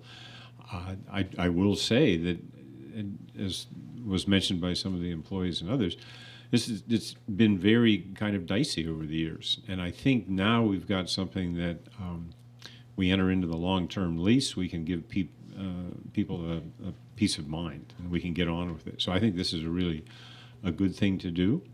I would say that we do need to be, and I will also say that over the years I've met with Dan Bieber and others with respect to this, and have always been a fan of making sure we can find a way to say this. So I'll just disclose that. I do think that So I'm in favor of negotiating a longer-term lease option. And I think we want to be very careful on how we do it. And that I don't think it'll be necessarily completely simple. And in particular, I think it was mentioned by Councilmember Carling, exactly how the capital fund is figured out and administered, and how you can save up for a few years or pay in advance or whatever. And then what's the ratio of the amount of money that's spent on the grounds versus the building? So I think these are very important terms to be very careful about, because we want to enter into agreement where we'll be successful. And frankly, the city over the years and various commercial enterprises hasn't done as well as it should. And so I think that I just urge that both the city staff and the operators make sure that this is a really good agreement that makes sense for everybody. And I think we can get there. And so I'm in favor of entering into it with that one proviso that we be very careful when we draw up the terms here. Councilmember Spadowski? Sure, thank you. Boy, I've learned a lot about golf courses and how they operate and the financials behind them. I started on the council in 2014 and had to go back several meetings when this was brought up and watch all the council meetings over again to learn the history and figure out what the heck was going on. And I also want to apologize that this has taken so long. We tackled Springtown first. That was the big subsidy that we needed to address. Springtown is not Las Positas, so I don't want to, they're both golf related, but they're completely different beasts, so to speak. And then we got a little distracted by this whole downtown thing, so that took a lot of staff time, and I thought we would get to this sooner and to alleviate some of the fears that people were having about this issue. So I'm really glad that we're able to get to it now. One of the things that I also wanted to point out, my goal was always to stop the subsidy. It's to keep the open space and stop the city from being in the business of subsidizing recreation activities. That's the criteria that we used for Springtown. And here I am, now I'm relating the two. But anyway, that's the criteria that we use for Springtown and also what we're using for Las Positas. So to get the city out of the golf business, we don't need staff worrying if past play is coming back or not, or some of the intimate financial details. Staff time, from a city perspective, it's precious both in what they're doing and the items that they could be working on, but also staff time is not cheap with the current costs that cities have with our employees. So it's nice to not have them so fully involved with the course, and I think that's what this lease agreement can achieve. I'm very hopeful that this time it'll be a solution that works for everybody. I think the ability for us to say, hey, here's our terms, everybody, let's agree on the terms, and then we kind of just give our general oversight and let you succeed and let you keep doing what you're doing. One of the things that I also wanted to point out, the last two slides and some of the questions that I had about the slides, part of our process and part of what staff needs to provide for us is every option that's out there. One of the things that I don't like doing is not discussing the potential sale or conversion of a sports park. People are talking about it. We need to get it out in the open, address it, recognize that it's out there, and then also take the opportunity to say, well, yeah, I agree. We don't want to see buildings along that stretch of the freeway. It's nice to keep it as open space. Maybe it's not the best space for a sports park, but we do need to address all of the options. So, and typically when we're going out for any kind of lease agreement, I think it is prudent to go out for an RFP in general. But when you have a unique situation and the golf course, I want it to succeed and to set it up for success, I think the institutional knowledge of the Courseco proposal with Beebs provides a great advantage. You don't know, it's the Forrest Gump thing, life's like a box of chocolates, you never know what you're going to get. So I don't know why I threw that one out there, but when you go out for an RFP, you don't know what you're going to get, and you don't know if you're getting the rosiest picture. You don't know if you're getting the company's A team, And then day one after the agreement is signed, then suddenly the G team shows up and everything all goes cattywampus. I've had that happen with many contracts that I've managed. So I think this is a great opportunity for us to finally be out of the golf business, so to speak. Let you guys do your thing. Everybody support it however you can.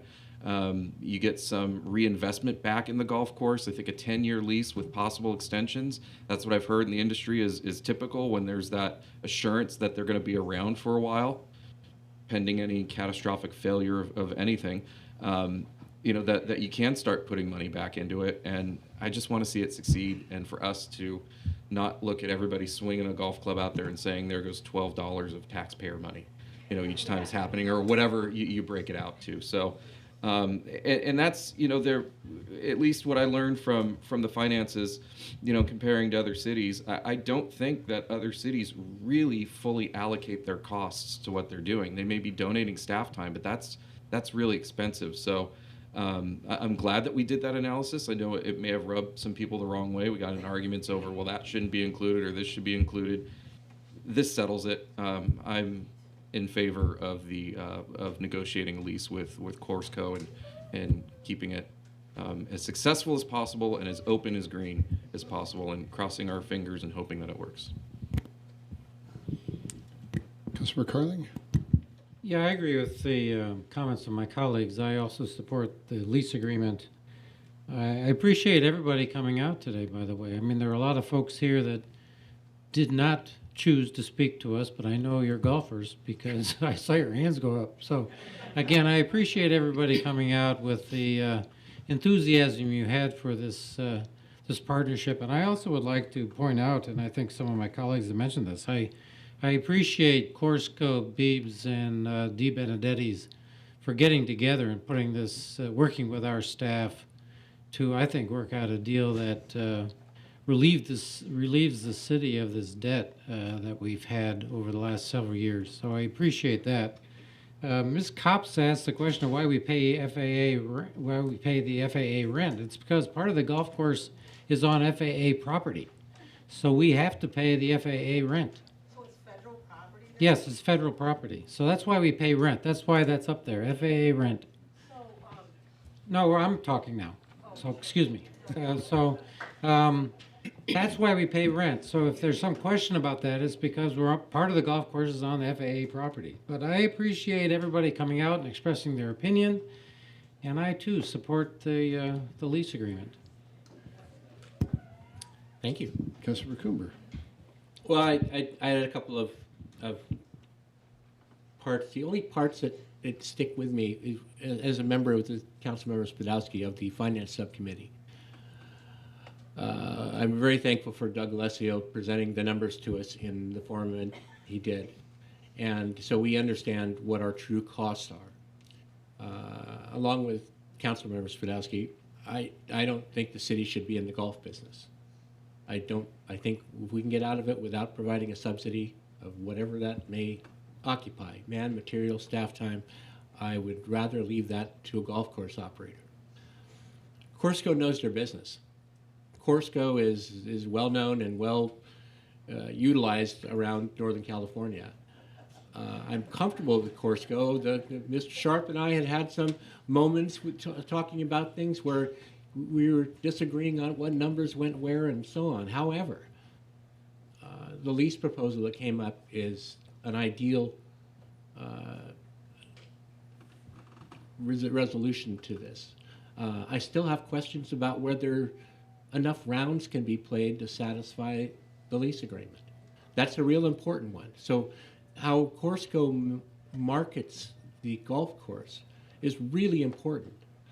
We're probably not going to make that part of a lease agreement. However, I would love to see how this can be marketed so that more rounds can be played at Las Positas, because whenever I go over there, and more frequently than you know, I'd like to know that it's easy to throw numbers on a spreadsheet, but the bottom line is that if people aren't going there to play golf, they'll never achieve those numbers. I retired from banking, but not from common sense. And it's really important that Corsco plan some way to get this community, neighboring communities, more involved at Las Positas so we can make those rounds happen, make these numbers happen. But I think the lease is a perfect way to solve this impasse. An RFP costs staff time, costs far more trouble that staff has to deal with downtown. We haven't even talked about housing downtown yet, but we'd like to, this is one that we can get an agreement together, hopefully, hash out the details, and move forward. And I frankly enjoy going over to Beebs for breakfast once in a while anyway. So it's a perfect resolution given what we know. What we don't know is what concerns me, and that is how many rounds are going to be played. Not tomorrow or next month or whatever, but for 10 years. How do we market that so we know we don't have a lease default somewhere along the way? Well, as in any businesses, you sometimes got to take the leap, cross your fingers, and hope it all works out. And I really have a feeling that it will. I have a good feeling from the Corsco people. I would just say that isn't it up to Corsco to get the rounds up and to make? Oh, absolutely. But essentially, we're going to be getting a benefit of that at some point. So if the $200,000 a year can't go into capital because they aren't doing enough rounds, selling enough material, whatever. Well, that's up to them then to change the business. You've got to look at every aspect of a business when you're reviewing and you're projecting numbers that you can't possibly have from 10 years down the road. This is how I used to look at things when I was working. So it was, you have to look at that, and you also have to take a leap of faith, I think, that you're going to be able to do that. And I am confident at this point in their abilities to do so. And at that point, yes, I'd like to say a tremendous thank you to the Finance Subcommittee. Councilmembers Coomber and Spadowski did a great job working on that. Spent a number of meetings going over the numbers, and we had one set of numbers, and another group had another set of numbers, and it turned out that both sets of numbers were correct. And how do you reconcile that to make sure that you come up with an agreement that works? Vice Mayor Warner, you had a... No, I'd just like to make a motion that we direct staff to enter into a full lease proposal. I'll second. Motion by Vice Mayor Warner, seconded by Councilmember Carling. Any further discussion on the motion? All in favor signify by saying aye. Aye. Aye. Any opposed? Passed unanimously. Thank you all very much for all your comments. Thank you for your passion. I think it's a real win-win for all sides of the community. Thank you very much. I don't care. Okay, we're going to take about a 5-minute break here while everybody files out. So, quick break. Okay, great. Now, welcome back to part 2 of the July 9th meeting of the Livermore City Council. We finished up 6.02, which was Las Positas Golf Course, and we voted to move ahead with the agreement for Corsco to continue to manage the site. Now we're moving on to 6.01, which is going to be the water reuse proposal and the joint Tri-Valley Potable Reuse Technical Feasibility Study. There we go. And we have Helen Ling and Lydia Holmes and another gentleman. Yes. No name tag. Good evening, Mayor, members of the council. I'm Helen Ling, Water Resources Division Manager. And with me are 2 of our consultants who assisted the Tri-Valley Water Agencies with the feasibility study, Lydia Holmes and Andy Salveson. Tonight, we will be presenting the results of the feasibility study, and also staff is going to be requesting feedback and direction from council on next steps. So why study potable reuse? In the Tri-Valley, about 80% of our water supply comes from the State Water Project. And in 2014, during the drought, Zone 7, the water wholesaler and also the State Water Project contractor only received about 5% of their State Water Project allocation, and most of that water was not accessible until the latter part of the year. So that really underscored the serious need to take a look at our water supply reliability, to look at water supply options. The elected officials and senior executive staff of the cities of Livermore, Pleasanton, San Ramon, and Dublin, the California Water Service Company, Dublin San Ramon Services District, and Zone 7 convened a series of 6 roundtable meetings to talk about the water supply challenges facing the Tri-Valley. And some of the options looked at were the California Water Fix, desalination, and potable reuse. At its final roundtable meeting on February 11, 2016, all participants agreed that the Tri-Valley needed to take a more detailed look at potable reuse as a water supply option. There was particular interest in potable reuse because it was viewed as a water supply that would provide us local control. It would reuse a local resource. It would reuse our wastewater. And as a recycling option, it would be relatively drought-proof. So to prepare the feasibility study, the 5 water agencies, which include wholesaler Zone 7, and the 4 retailers, City of Livermore, Dublin San Ramon Services District, City of Pleasanton, and Cal Water, jointly funded and managed the study. A steering committee provided executive oversight, and then staff also formed a project management committee that provided oversight of the technical work. The project management was done by Zone 7, and Dr. Amparo Flores, who is the Zone 7 Integrated Planning Manager, is here tonight, along with General Manager Valerie Pryor. While tonight's agenda item focuses on the technical study, the water agencies also recognized that we needed separate efforts to look at outreach and education, and that effort is being led by City of Livermore. And also, at some point, the agencies would need to discuss institutional issues, and that effort will be led by City of Pleasanton. And as mentioned before, Corolla Engineers was retained as a consultant to assist us with preparing the study. The study had several goals, the primary of which was to determine, given regulatory, technical, and financial considerations, is potable reuse even a feasible option for the Tri-Valley to consider? As a part of the study, a short list of bookend options were looked at in more detail to evaluate potable reuse, and technical next steps were also identified and recommended in the study. And now I'd like to turn this over to Lydia, who will provide the results of the study. Okay, thanks.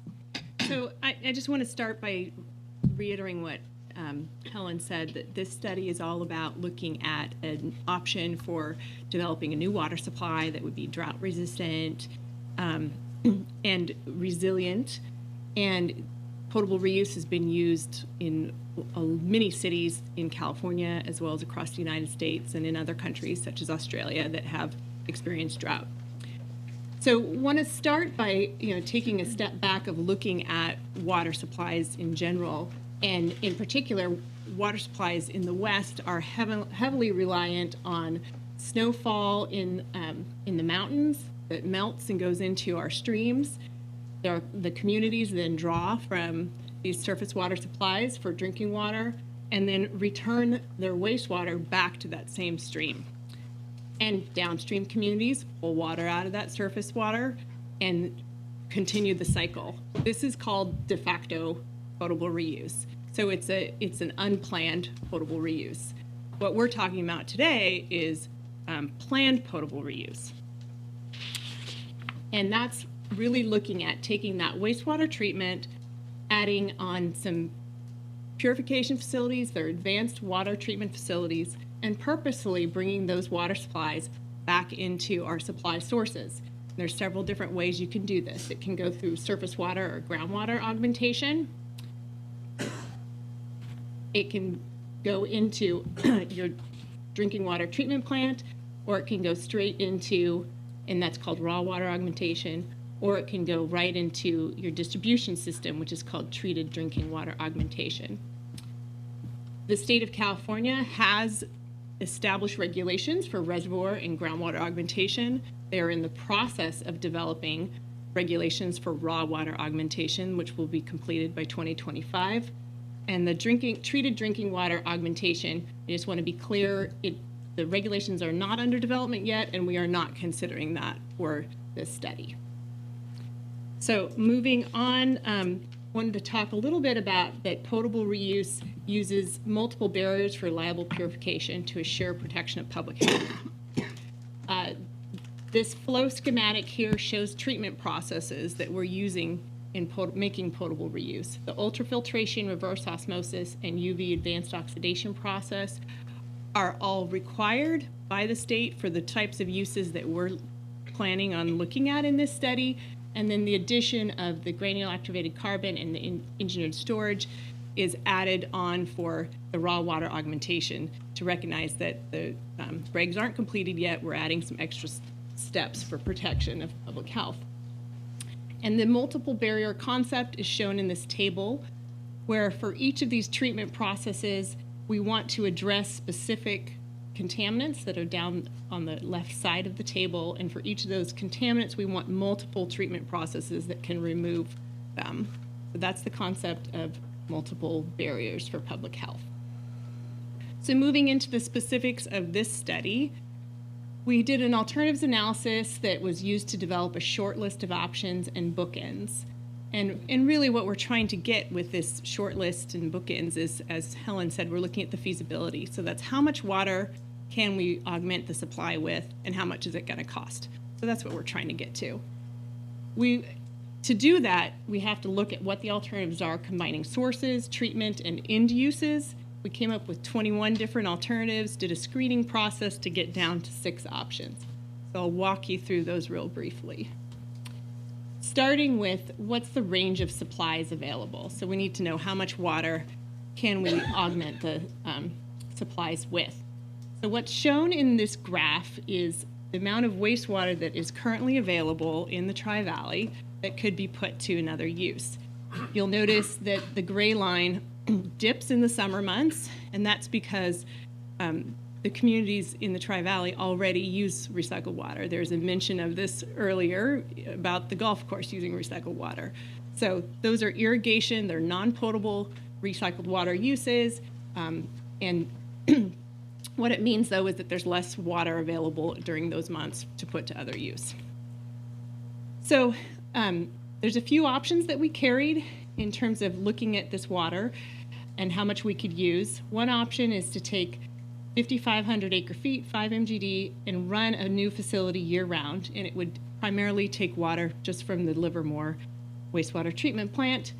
The second option is to run a facility in a seasonal mode, where we can run it at higher capacities during the winter months when the flow is available, and then drop down to the lower levels during the summer months. And that would take both Livermore and DSRSD's effluent and would provide 10,000 acre feet of water. So what those numbers equate to is 9 to 17% of build-out demand for the Tri-Valley. Okay, so moving on to, now that we know how much flow we have, how do we combine that into location and end uses for our alternatives? So we started with looking at the sources. As already mentioned, we take water from both DSRSD and Livermore for our options. We identified 4 different purification locations, 2 of which are at the wastewater treatment plants, and then there's 2 regional facilities that were selected, one at near Zone 7's Mocho D-Min facility and their wells, and then one at the Pleasanton Operations Center. And then we looked at what are the end uses that we can use with this water. There are 2 on the far left and far right. There are 2 groundwater injection sites picked, one on the west side, one on the east side of the valley. Then there's opportunities to use the assets at Chain of Lakes. Looks like the slide got a little tweaked, but the yeah, the arrows got a little moved. But the 2 options in the center are to take the water to Lake I, where it can percolate into the ground, or take it to Cope, and then the pump station that Zone 7 is using to take water up to Del Val, water treatment plant, and that's our raw water augmentation option. Okay, so those alternatives were put together into our 6 shortlisted alternatives. I'll run through these really quick. The first 2 are Livermore flow only. There's 2 different options shown. One is the treatment to Del Val, the raw water augmentation, and the other is the groundwater injection option on the east side. They would produce 5,500 acre feet, and cost ranges from 103 to 112 million. The next 2 options, number 3 and 4, are DSRSD locations. They do take water from both DSRSD and Livermore. They would pull the water off of the Lavma line that Livermore discharges to at the DSRSD property. And again, those have 2 different end uses, one being the Del Val and another being groundwater injection, and the capacity is 10,000 acre feet, costs ranging from 194 to 222 million. And then the last 2 options are the regional options that were not located at a wastewater treatment facility, one being at the Mocho facility, and that's nearby the west side groundwater injection, and then the last one being at the Pleasanton Courtyard, which is in close proximity to the chain of lakes. So, and those range from 210 to 208 million. Okay, so summary of the study's findings is that potable reuse is technically feasible in the Tri-Valley. There's no fatal flaws that have been identified. If a project were implemented, it might be able to supplement supplies between 5,500 to 10,000 acre feet a year, and this would increase supply reliability, as we mentioned, providing between 9 and 17% of build-out demands. Cost range 103 to 222 million, and there was a very high-level estimate of what that would mean for the monthly water bills, and it's approximately $10 to $15 a month increase.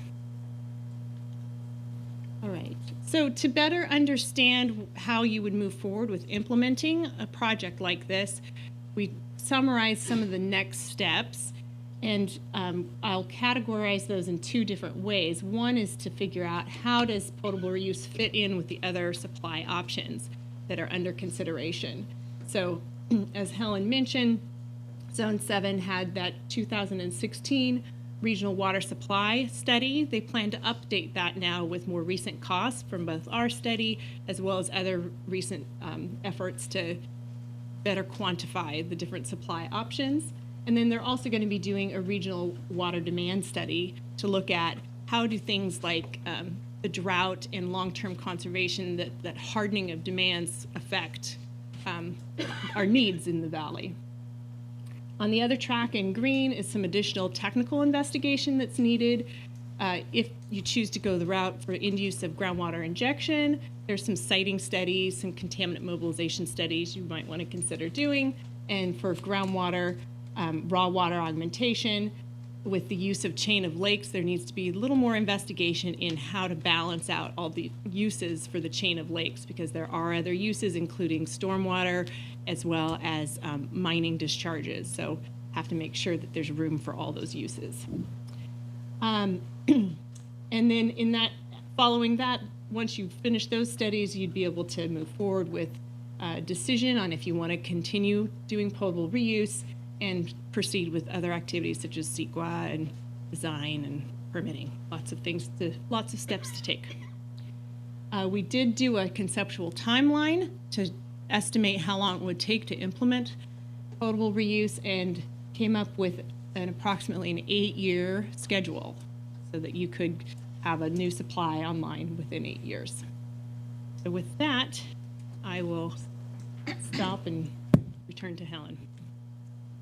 So depending on what your direction is tonight, if there's an interest in continuing to explore potable reuse as a water supply option, then staff will be meeting with other water agency staff to take a look at the conceptual next step recommendations and formulating actual projects, coming up with cost estimates and cost sharing agreements, and staff would then return to council at a future meeting for council's consideration of whether or not we want to continue to participate and fund studying and evaluating potable reuse as a water supply option for the Tri-Valley. And that concludes staff's presentation. Very good. Thank you very much. Questions? So I'm looking at the slide on the shortlisted alternatives, and it has anywhere from $2,100 to $2,500 dollars per acre foot, which just underscores what B.J. Miller used to say, that there's no water shortage. There's a shortage of cheap water. So with that understood, what is the current raw water cost for what we get out of the State Water Project?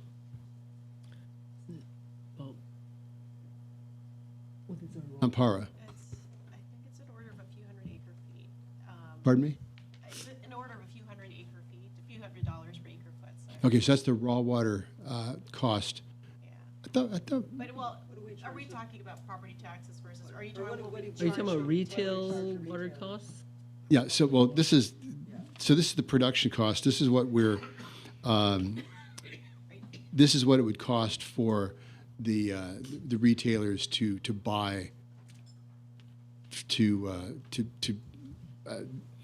This is what it would cost to buy the water, right? If this were to be produced as water going into the system, it'd be $2,500 an acre foot. Yes. I think right now the retailer's water cost is about $1,200 an acre foot. Okay, so currently the retailers are buying it from Zone 7 for $1,200 an acre foot. Yes. And so the unit cost for this would be $2,500 or $2,100 to $2,500. So basically about twice as much. Okay.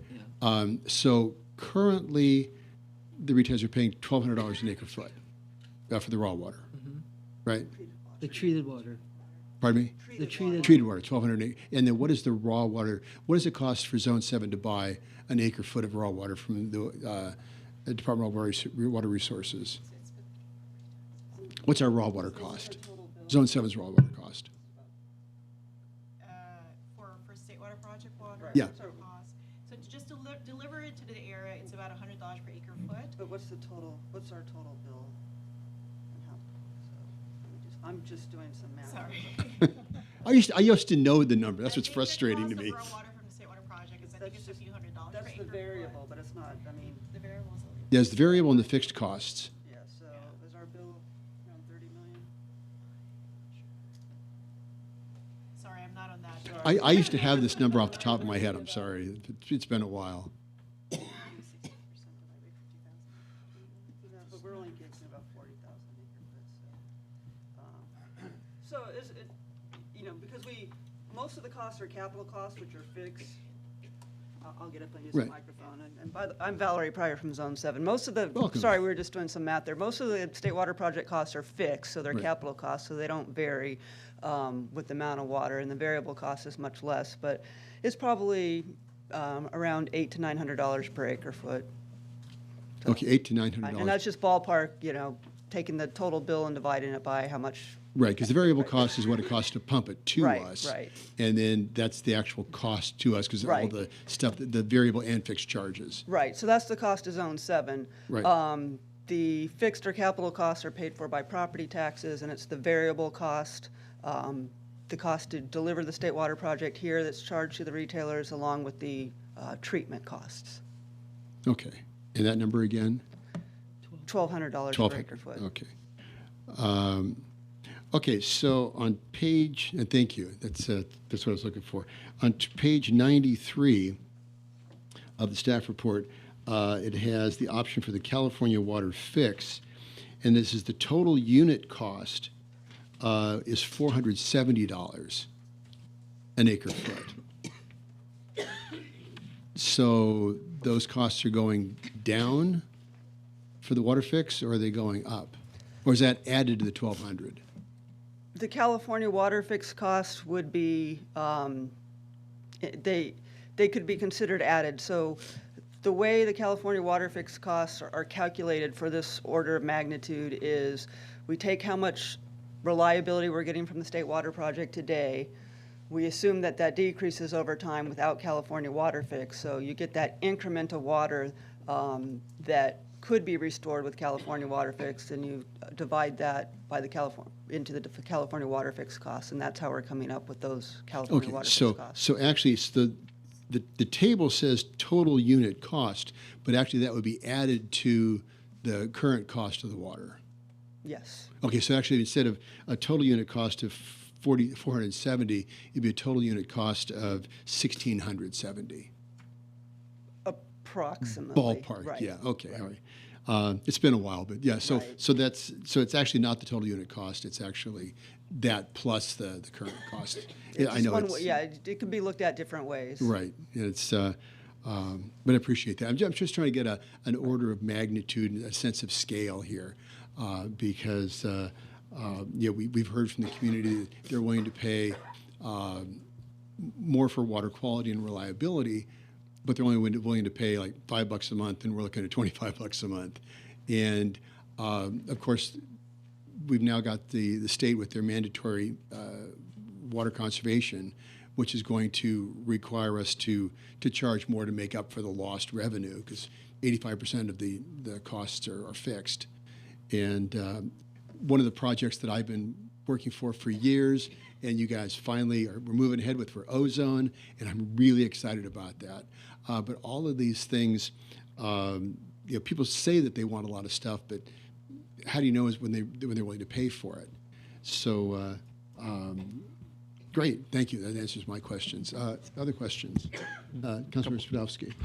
Sure. Just a general, out of curiosity, how common is it for augmentation versus injection? So Orange County, I believe they use a lot of potable reuse. I assume they're not injection because they're not drawing from the ground, but they would probably be more augmentation down there.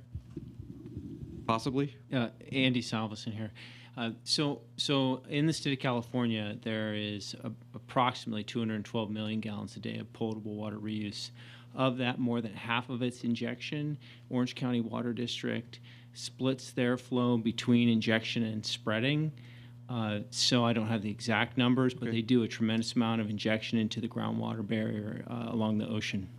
So is there any advantage to one versus another, or is it just kind of, we're going to do whatever we can, if there's one that's cheaper than the other, it's just...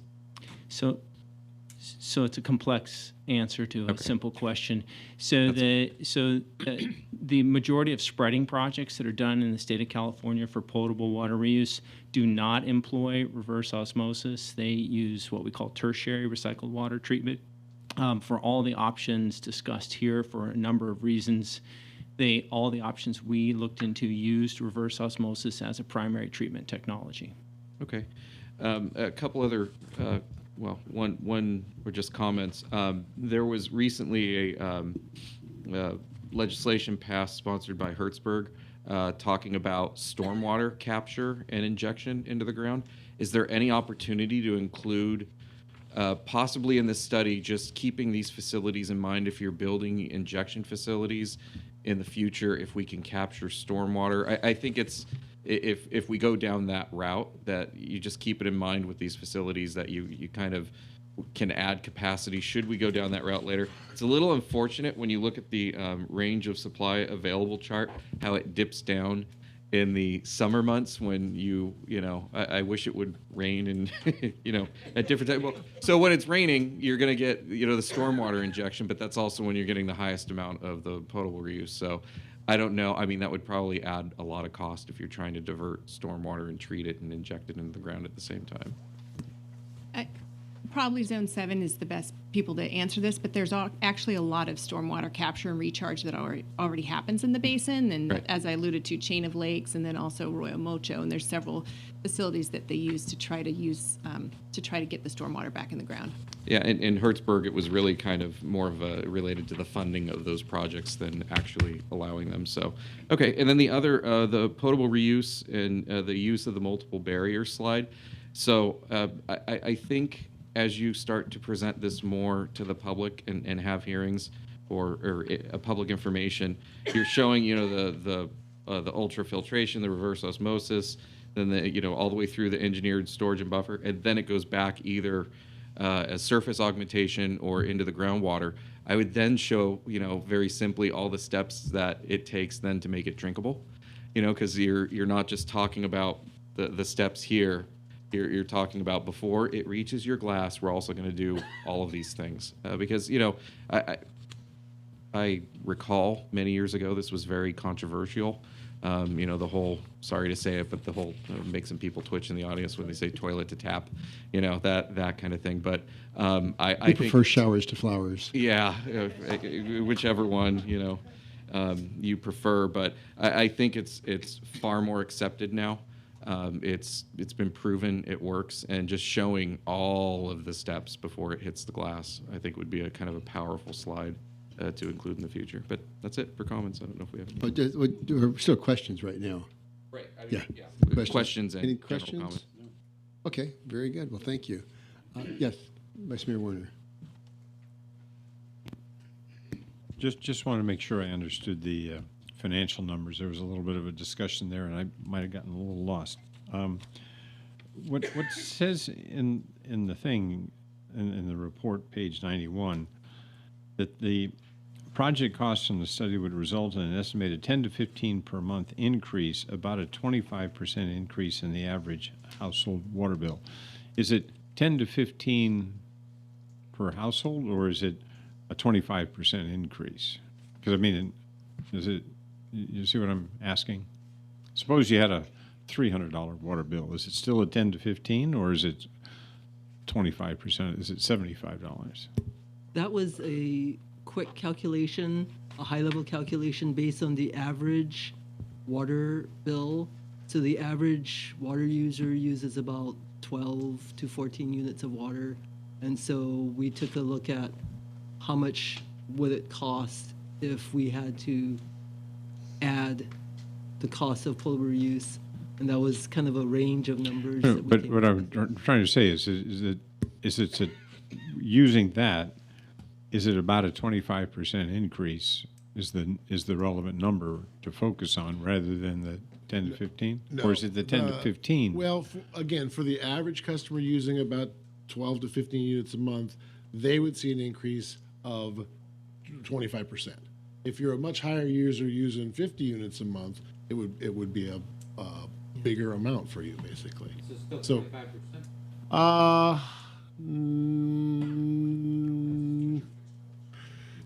yeah, it's going to be a smaller price. It's not going to be 25%. It's going to be more than the $10 to $15, but it's not going to be as high a percentage because it's not all variable cost. I think I got it, but it was just wanted to make sure because not everybody's the average, probably. Mm-hmm. Okay, and then, but if you, just on an economic point of view, from what I see here in the numbers with respect to, I think it was page 93, where it talked about what the public was willing to spend on this. So it looks like the costs and what they're willing to spend are out of sequence at this, I mean, or don't match at this point, and that would, so the question is, does that sort of make this something we put on the shelf and wait for a while? Because it doesn't look like the public would support it, not from a technical point of view necessarily, but from just a financial point of view. Yeah, you're correct. Based on the latest surveying we did, we surveyed before we started this survey or the study, and what we found there is people were more concerned at that time about the safety, the water itself, the yuck factor of using recycled wastewater. In the latest survey we did, they seemed more comfortable with that part of it, but the cost is what jumped up and bothers. So one of the issues that we need to look at is, independent of whether we're doing potable reuse or what project we use to diversify the water supply, we need to get out and educate the public better on the system that we operate now and what they're getting for their money. The last round of rate increases here and in Pleasanton and throughout the valley got a lot of pushback from the community. And what you found when you dealt with people one-on-one, or what I found, was once that you explained the complexity of the water system and where the water comes from and getting it here and maintaining all the infrastructure and delivering it the volume and pressure that you need and the safety, then people understood that, oh, well, that's why the cost. So I think before we would ever go do outreach for a project, we need an outreach program just for your water system now. And once people are more comfortable with that, then we can talk about diversification and what project we use and what it would cost for their bill. And we have started that. As I mentioned, there is a concurrent effort by the retailers to do education. And so where we're starting at is the Tri-Valley Water 101, the foundational knowledge about how water works, where your water comes from, the distance it travels to get to you, all that happens before it gets to you. So we're still educating people about, what it takes to deliver the water, and that a lot of the costs are fixed. And, a lot of the perceptions that people have of their water supply is it's a commodity. If I don't use any water, I shouldn't have to pay anything. If I use a lot of water, then I should pay more. But what they don't understand, and what we're trying to help them understand, is that what you basically pay for, I think Mayor Marchand talks about purity and pressure. And so what you're really, a big part of what you're paying for is access to water. So if you go on vacation, you come home early, your water works. If you get up in the middle of the night and you want to go get a drink of water, turn the faucet on, the water's there. So, the pipes to get the water there, the treatment to get the water to you, so it's in a safe quality, that costs money whether you use a lot of water or a little water. The quote you're looking for was, we don't sell water because water is free. We sell pressure and purity. It rhymes. And you talk about public education. I remember going into an in-depth explanation about water getting to somebody's home and going through the tap and hot water versus cold water. And I thought I'd done a great job until the customer asked me, "What's pipe?" And I had to step way back because they just thought it just came out of the faucet. They had no concept of a distribution system. So, further questions at this point? Okay. I do have a couple of cards, Donna Caban and John Stein.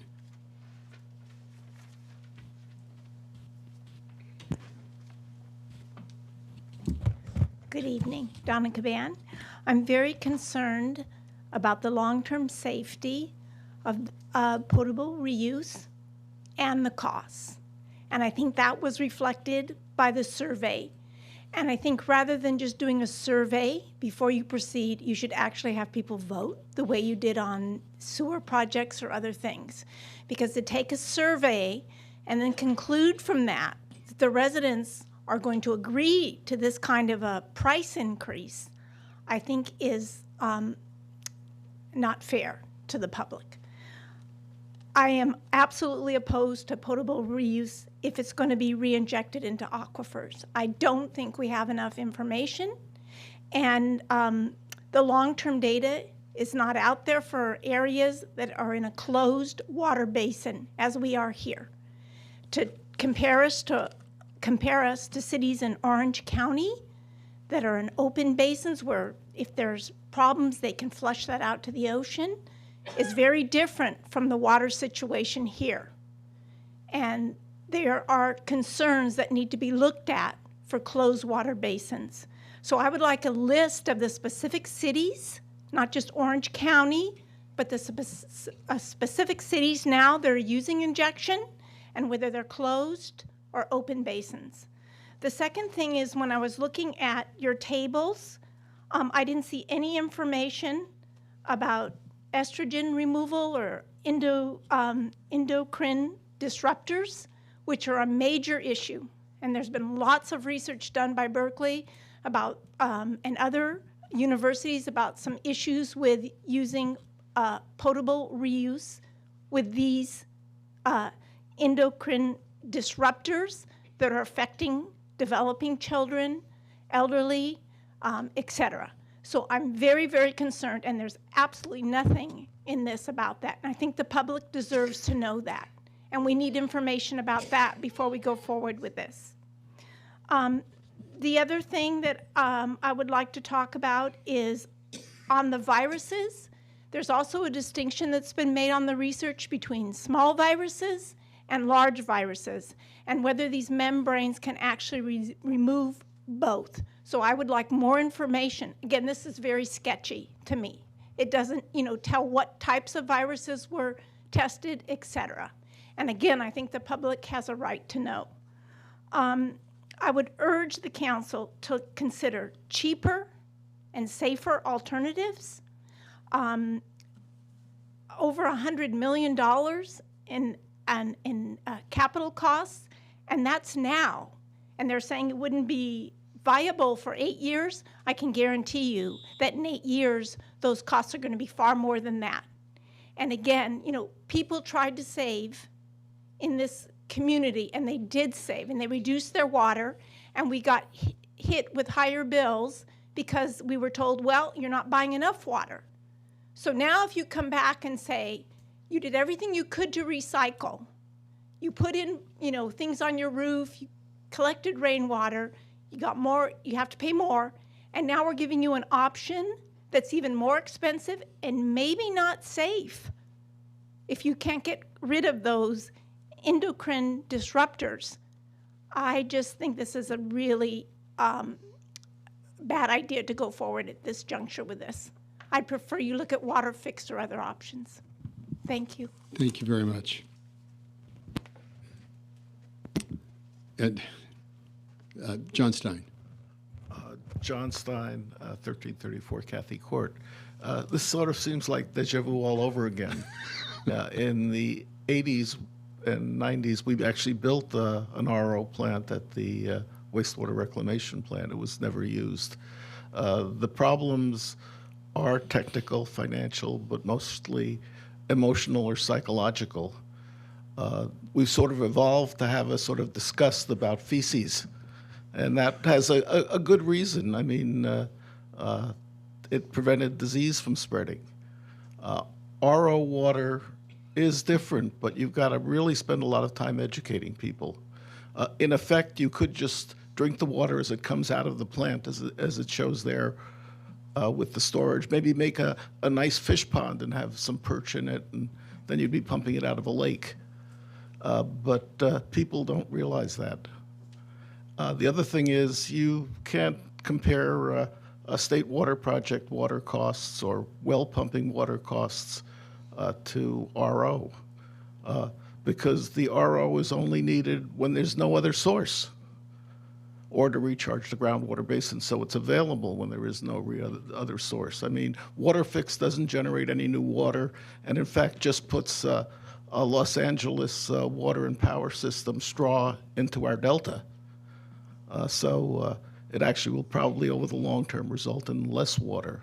We also have the changes in the weather. We're getting hotter and drier and windier, so there's more evaporation and less water to go around. Essentially, though, when you get it built, it can be built incrementally too, which wasn't pointed out. And if you really want to, sort of dissuade people from their concerns, you can use the water for irrigation on the vineyards, and then it gets in 90% of it will get into the groundwater basin, the rest will evaporate or transpire. Or you can put it into the chain of lakes and then pump it out and treat it. But the further you remove it from as Councilmember Spadovsky said, the toilet to the tap, the more acceptable it will be. And people want high quality water, abundant water, and cheap water, but you can only have two of the three, and you've got to find the balance point between those three.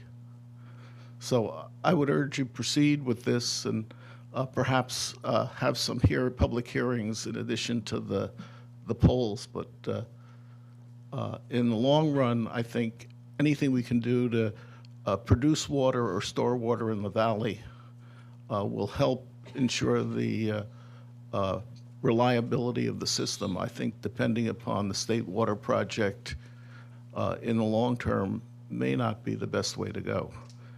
The ideal thing is to capture as much storm water as possible when it's there, and keep the groundwater basin as full as possible, and perhaps even create some surface storage in Collier Canyon or Upper Del Val Reservoir because there will be another drought. And the only thing that people forget faster than a flood is a drought.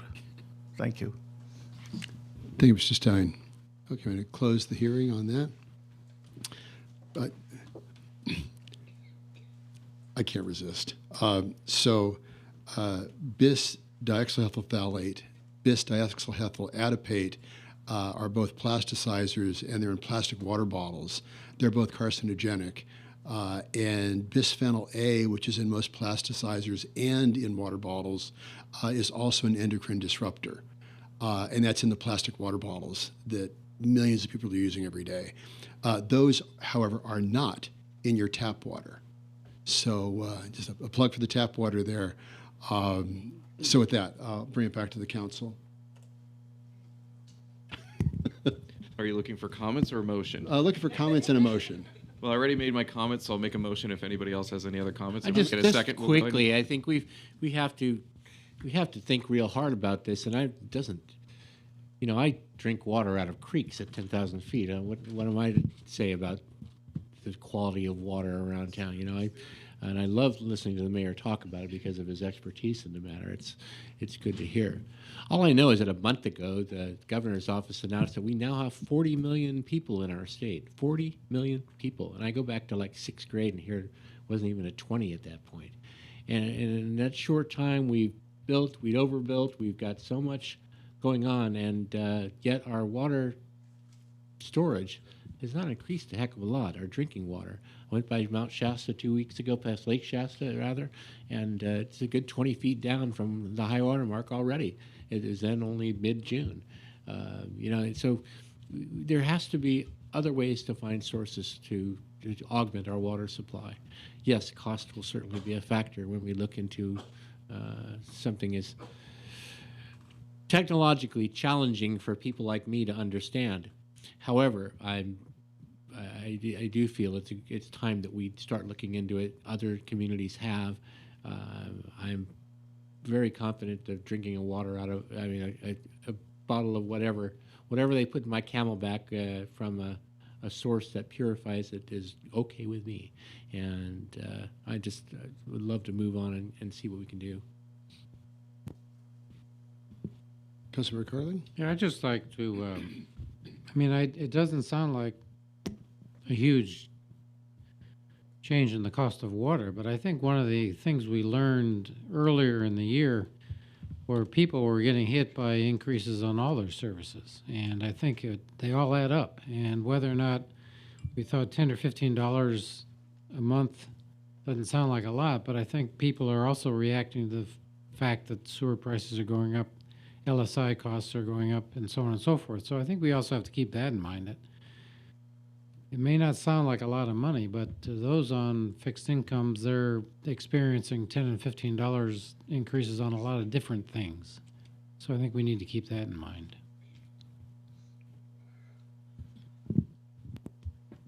Vice Mayor? Well, the way I look at it is just building on what you said. I look at it as not the fixed 10 or 15, but at 25%. Right, and that then becomes a fairly large number. So at the moment, I don't see that continuing to pursue this too diligently, given the community survey, that doesn't make sense. I think that we've got a good study here and learned a lot, but I'm not sure that we need to go further at this point until the two things. One, the economics have got to make sense in the context of the water we need, and I don't think those two things come together. And there's the emotional factor that was mentioned, that we'll have to spend money to overcome that, and it's too early to do that because it's going to take a long time to build anything, and it doesn't look like it's cost effective at the moment. So that's kind of where I'm at, is that this is a very useful study, and I put things in context, but I don't think its time has come. So I had I guess then a follow-up question for staff. So the item before us tonight is possibly to direct staff on participating in additional technical studies. Is there any budget item associated with this? Is this mostly a staff time, continue to participate in the joint Tri-Valley study? I mean, that's basically what you're saying. Yeah, basically what we're asking for tonight is there a will amongst the council to continue studying it? As far as an actual budget, there's some, ballpark costs of some of these studies we would do, but the initial effort is staff time. It's us working with the other retailers, talking about what are the studies we need to do to confirm use sites, or is injection viable, things like that. Any of the things that we would ask you to spend money on, we would bring that back as a separate item under our intergovernmental regional reciprocal services agreement. Anyway, the agreement we use to do studies together, we would bring back a task order saying, we're going to do a study jointly with other retailers to look at X, and the cost is going to be Y, and we'd give you a chance to approve that. So what you're giving now is conceptual approval to us to talk to the other retailers, to continue to identify issues, do the public education thing on a generic basis. Well, we do that anyway. The value of water's got to happen either way. So right now, you wouldn't really be authorizing any money until we come back and say, okay, the next study we've identified to move the ball forward on potable use is X. Do you want Livermore to play in that one? And how many years has it taken us to get to this point? Depends on when you start counting. Right. So We're for 22 years on this. Yeah, and my point is that any potential solution, should we choose to go with in that direction, it's still going to take a lot of work. There's a joint. I love seeing joint agency coordination and collaboration. I think we need to be at the table when discussing this as a Tri-Valley with all of this, since we are a water agency. So I have no problem. We're not making a decision tonight as to whether to go with potable or rates. There's nothing on the table. It's just, should we continue to participate in this group and continue to provide our input on the studies? And I think that's a yes. And that's why I would be comfortable making that motion to direct staff to continue to participate in the studies and hopefully get a second. But nothing is going to be coming out until we get additional. We would not be voting to actually do anything. This would be to craft a proposal to see what the next steps and the next studies would cost. Correct. The only thing you'd be authorizing tonight is additional staff time for us to keep talking. Okay. As far as outside consultants for additional studies or other things, that would be come back to you. Yeah, I think we need to keep all options on the table at this point, and to keep our options open and not to really slam the door on anything. So it's a very fluid dynamic. Oh boy. Yeah. So let me just say one thing. Just be a little bit careful. We just had a conversation about the golf course, and we're talking about it costing money, and we're not recovering the staff time. At that conversation, staff time had a cost. All of a sudden, it doesn't seem to have a cost. Okay, so that's my point. This isn't a freebie. And so it isn't like, oh, we're just keep going along. I think we have to be careful if we say we're going to spend money, and that money is in the form of staff time, to pursue this, given what we see about the economics here. Well, that's all I'm saying. It's not spending staff time on a recreational activity. So that's how I separate the two. It's on a potential water source and diversifying our water supply. So it's a little bit higher up on the chain for me than people swinging golf clubs. And I hate to be the one member of the Tri-Valley to separate ourselves from this group that's been working on this for a while. So I'm with Councilmember Spadowski. Yeah, absolutely. Okay, motion by Councilmember Spadowski to stay at the table. As someone has said, if you're not at the table, you might be on the menu. And seconded by Councilmember Coomber. And discussion on that motion. Personally, I think that it's. I don't see a great cost in continuing the conversation. And we have a fair understanding of what it's going to cost to move ahead with the project, but to see what the other agencies are considering and what their enthusiasm is for a project, I think it's worth staying at the table. Any further discussion? Okay, all in favor of the motion, signify by aye. Aye. No, aye. Any opposed? No. Okay. We have 4 ayes, and Councilmember Carling dissents. Okay, very good. Thank you very much. So we'll keep up the conversation.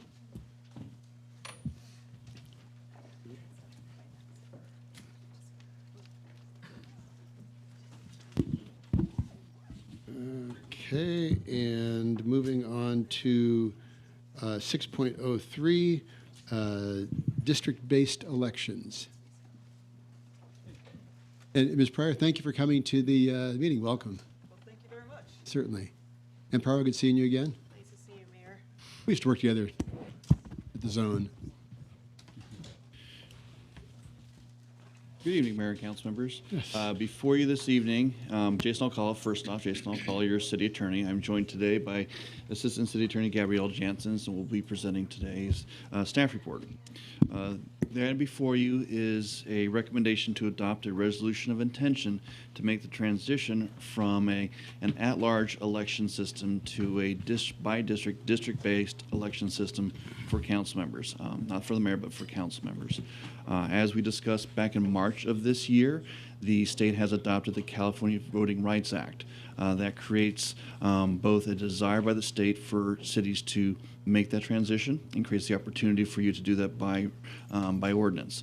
It also creates the opportunity for people to sue the city for allegations based upon the belief that an at-large election system results in voter dilution from minority candidates. Whether that is indeed the case has been litigated a number of times. The cities that have challenged that have lost and ultimately have made the transition. What I'd like to do is turn this matter over to Ms. Jansen, who will walk you through what is the resolution of intention and what the process is to make the transition. Okay. Gabrielle? Thank you. Good evening, Mayor Marchand and City Council members. So Jason Alcala, the City Attorney, went into a lot of detail back in March into the California Voting Rights Act, so I will be brief this evening with my presentation. The California Voting Rights Act applies to jurisdictions that are currently have at-large election systems, like the City of Livermore. It was enacted to implement the equal protection and voting rights provisions in the California Constitution. Okay, I actually skipped ahead a little too fast. So the city received a letter on May 29th of this year from the law firm of Shankman and Hughes. Mr. Shankman's letter requests the City Council to voluntarily change to a district-based election system, or it will seek judicial relief. And that letter is included in your agenda packet. If the city decides to voluntarily change to a district-based election, the city will have 90 days under the safe harbor period to conduct the transition, which includes 4 public hearings as well as additional meetings to introduce and adopt an ordinance. The city attorney was able to obtain an extension of that safe harbor provision from Mr. Shankman, and your council now has until December 10th to complete the transition process. It's important to note that no city has successfully challenged the California Voting Rights Act, and it has consistently been found constitutional in court proceedings. Should your council adopt the resolution of intent, the city will hold a series of 4 public hearings over the next few months. These hearings will explain the district process, solicit public input, provide direction to the city's consultant, and review proposed maps, which will be created by that consultant.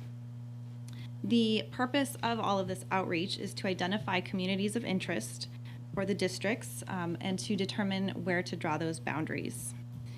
In addition to the public hearings, the city intends to have a website with additional information as well as a flyer that will be mailed citywide. So the first of these hearings would be held on July 23rd. That is your next council meeting.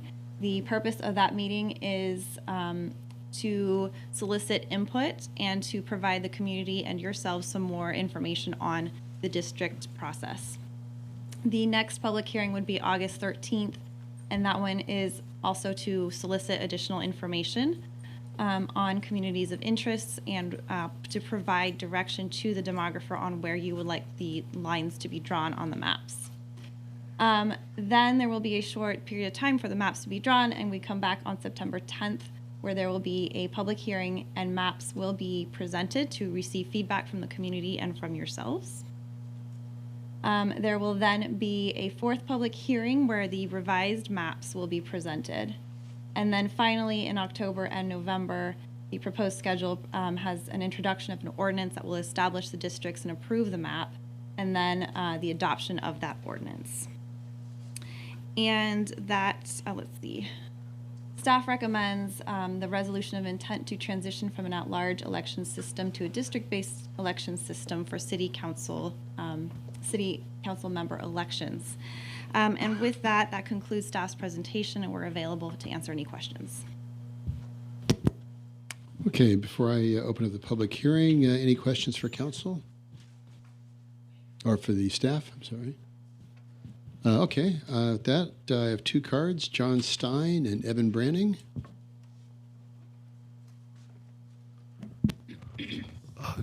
John Stein, 1334 Cathy Court.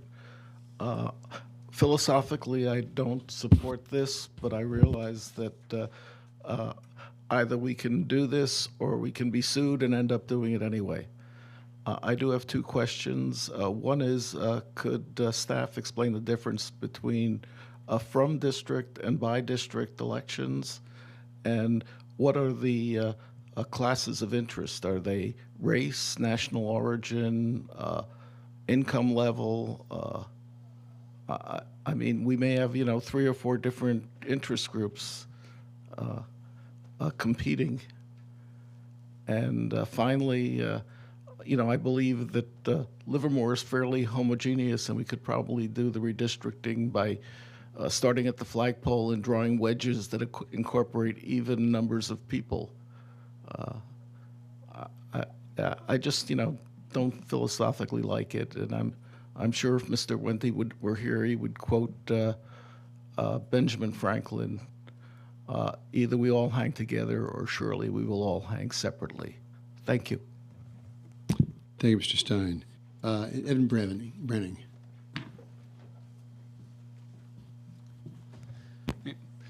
Evan Branning. Good evening, council, staff.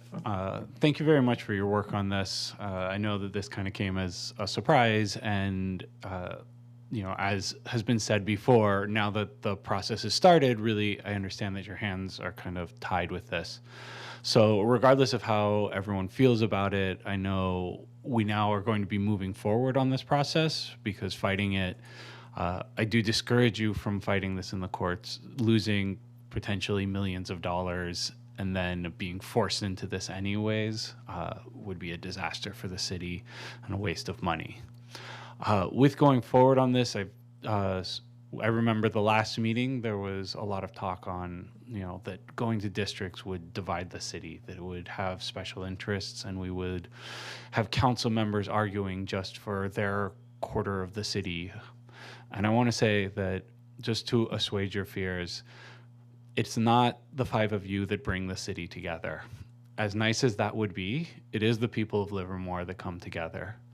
We come together on all the issues. We fight about them. You've seen how brutal we fight about them with things like the downtown, but we do come together. We do ultimately support the city. Livermore loves Livermore. We're out here to unify together, and regardless of where council members come from, they will do what is best for the city. What we do have an option with this, as we're looking at it, is hopefully we will see a diverse council. We'll see people coming in who might not have run, such as from the northwest section of Livermore. We have not had representation from there in quite a while.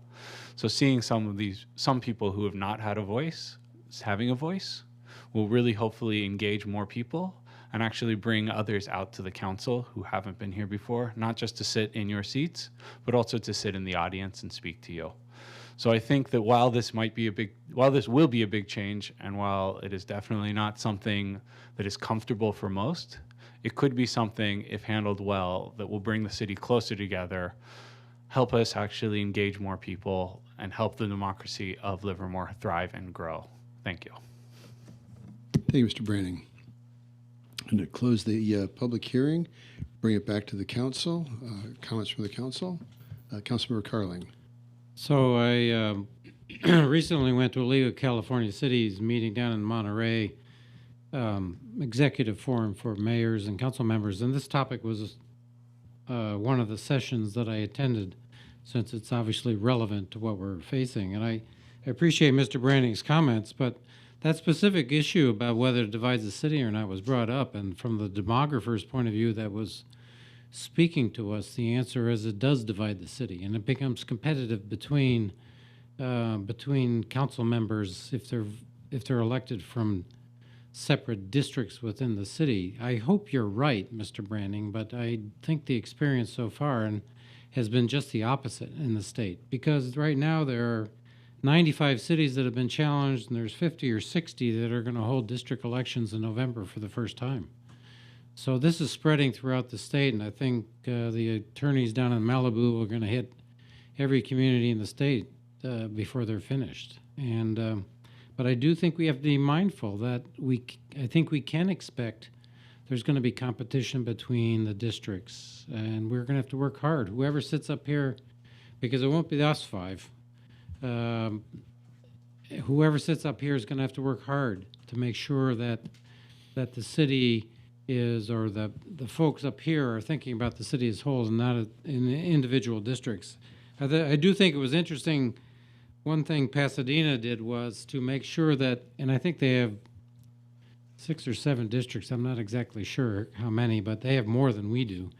But every district touched Colorado Boulevard, so that, which is the main drag in Pasadena, so that everybody that was elected from a district had some interest and connection to their downtown. And I think, to Mr. Stein's point, I think we could do exactly what he said.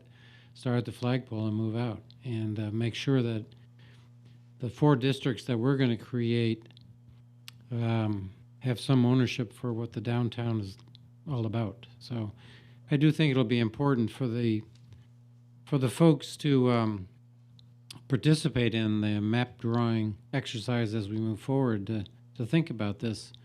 And I think the communities of interest are varied. I mean, again, it's could be homeowners associations, for example, and you don't want to draw a line down the middle of a homeowners association. So I do think it's going to be important for these communities of interest to let us know, who they might be and how we can accommodate them as we and the demographer begin to draw the districts. But it is inevitable, and I think we need to make the best of this and recognize some of the shortcomings of district elections, but also some of the power that we can pull out of it.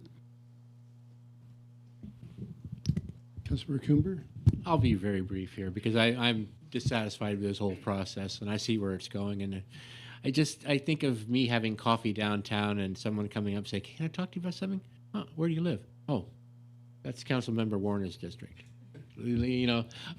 Sorry, talk to someone else. It's going to be a competition, whether you like it or not. All you have to do is look at Oakland and Berkeley. And I grew up in that neighborhood, and I know from both they're very difficult to get a consensus of anything and to get things done at all. And it's difficult when one district is pulling against another for the same city's resources when they all should be working together. However, that being said, we have this threat of litigation.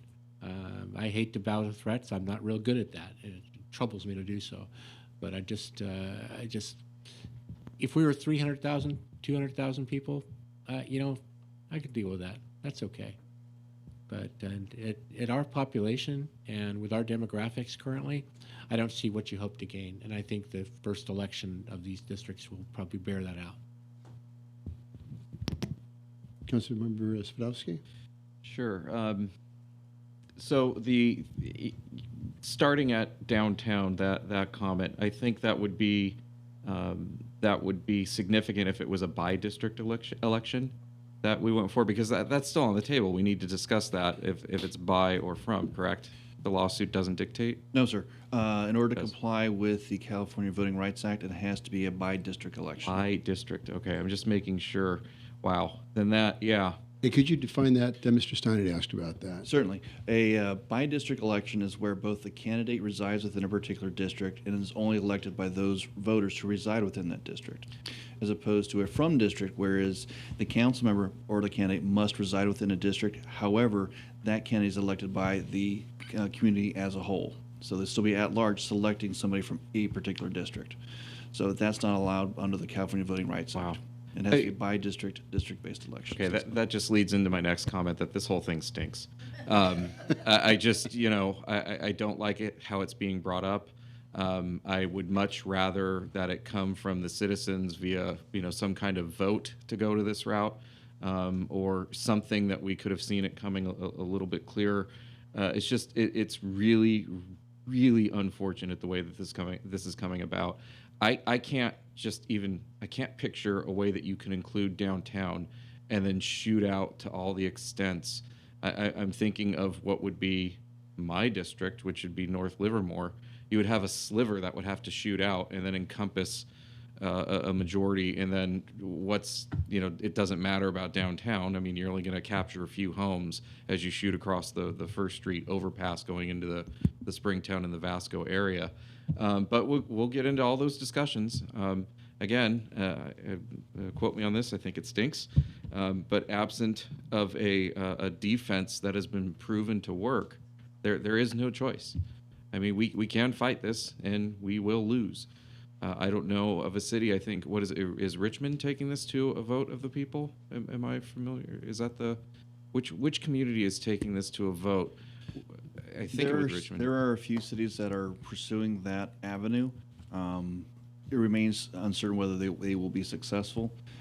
If they're unsuccessful, they would have gone through the election. They're outside of the safe harbor provided by the California Voting Rights Act, right? And they would be exposed to significant attorney's fees and would still need to transition if they lose. And even if they win, how defensible is that? It's still the lawsuit would still be out there. Would there be a scenario where a city could win and then still be sued and then have to go to districts? Sorry, that's what I was referring to. So right. If the measure were to be defeated, so let's use a hypothetical. Hypothetical being there's a ballot measure to transition to district-based elections, and that measure were to fail within the community. That does not provide any insulation against the California Voting Rights Act. So we could have a vote saying, vote no on district-based elections. By some miracle, it's 100% of the community votes. It's the largest turnout we've ever seen, and that matters not to the courts. It would still be, okay, thank you for your efforts in showing us how much you dislike this, and thank you for spending all the money to say that, but here you are. That's correct. That's the expectation. So it's a lose-lose-lose situation. So that's where I'm at with this. Again, I think it stinks. I wish there was a way to do this in a different manner, but here we are. To your point about shapes of districts, the Pasadena ones have really some very, very strange shapes. To make sure that Colorado Boulevard touches all of their districts and they meet the requirement for the number of people in each district. I'm just curious, just looking at the map of Livermore in my mind right now, just trying to think of how that will work. So I'm just very saying curious. Your imagination is unlimited here. Right, but the shape of what we consider our downtown core, it wouldn't just be touching First Street, and First Street near Target does not mean the same thing as First Street and downtown. So gerrymander will take care of it. Yeah, and then you get people talking about gerrymandering. So this is, it stinks. I'm going to keep going back to that. But what do you really think, Jim? All right, Vice Mayor? So, I'm kind of in the conversation recognizing the various stages of grief, that are typical. and so what I'm looking at the calendar here, and it strikes me there's a lot of good work that has to be done in a short amount of time. So my only recommendation is that we recognize reality and don't spend too much time in the early stages of grief, and we get on with it in a very pragmatic sense. And we just got to be practical about this, and trying to gerrymander to try and actually not have it happen. And I don't know if that makes any sense. I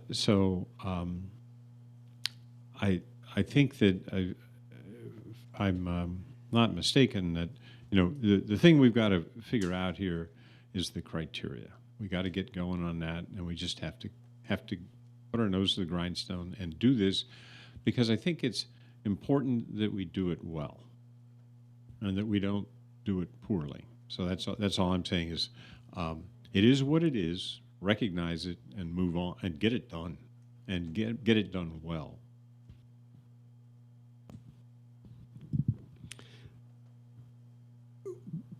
The community needs to understand that this was not the city's idea. The city because this was not something that the city initiated. It wasn't something the city wanted to do. This is something that has been forced upon us. I was very proud in the fact that previously I was able to oppose something like this. When I was on the Zone 7 Water Board, there was a big push to go to district elections to have each city have their own elected representatives on Zone 7. And when I was on the Zone 7 board, there was a vote that gave the greatest amount of benefit to Dublin and the Dublin-San Ramon Services District. And at that time, all 7 members of the Zone 7 board lived in Livermore. But we understood that we served the region. We weren't fractionalized. We were looking out for the entire region. It's what was best for everybody. We didn't have, well, this is my city, so I have to get what's good for my constituency. And I'd like to paraphrase Edmund Burke, one of my all-time favorite political theorists. But I'll paraphrase. He was talking about Parliament, but it really works very well for the City Council. The City Council is not a congress of ambassadors from different and hostile interests, which interests each must maintain as an agent and advocate against other agents and advocates. But the City Council is a deliberative assembly of one city with one interest, that of the whole, where not local purposes, not local prejudices ought to guide, but the general good resulting from the general need, the general reason of the whole. You choose a member indeed, but when you have chosen him, he is not a member of a neighborhood. He is a member of the City Council. We understand that we look after the entire city. By splitting the city up and polarizing the vote, literally it allows a future mayor and 2 council members to ignore the needs of half the city,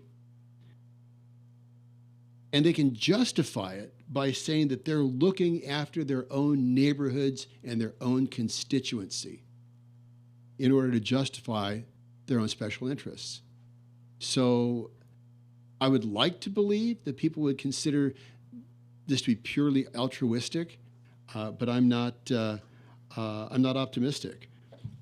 Instead of focusing on the good of the city, it's going to focus on the good of specific neighborhoods, and I believe that's going to result in more divisiveness and more polarization.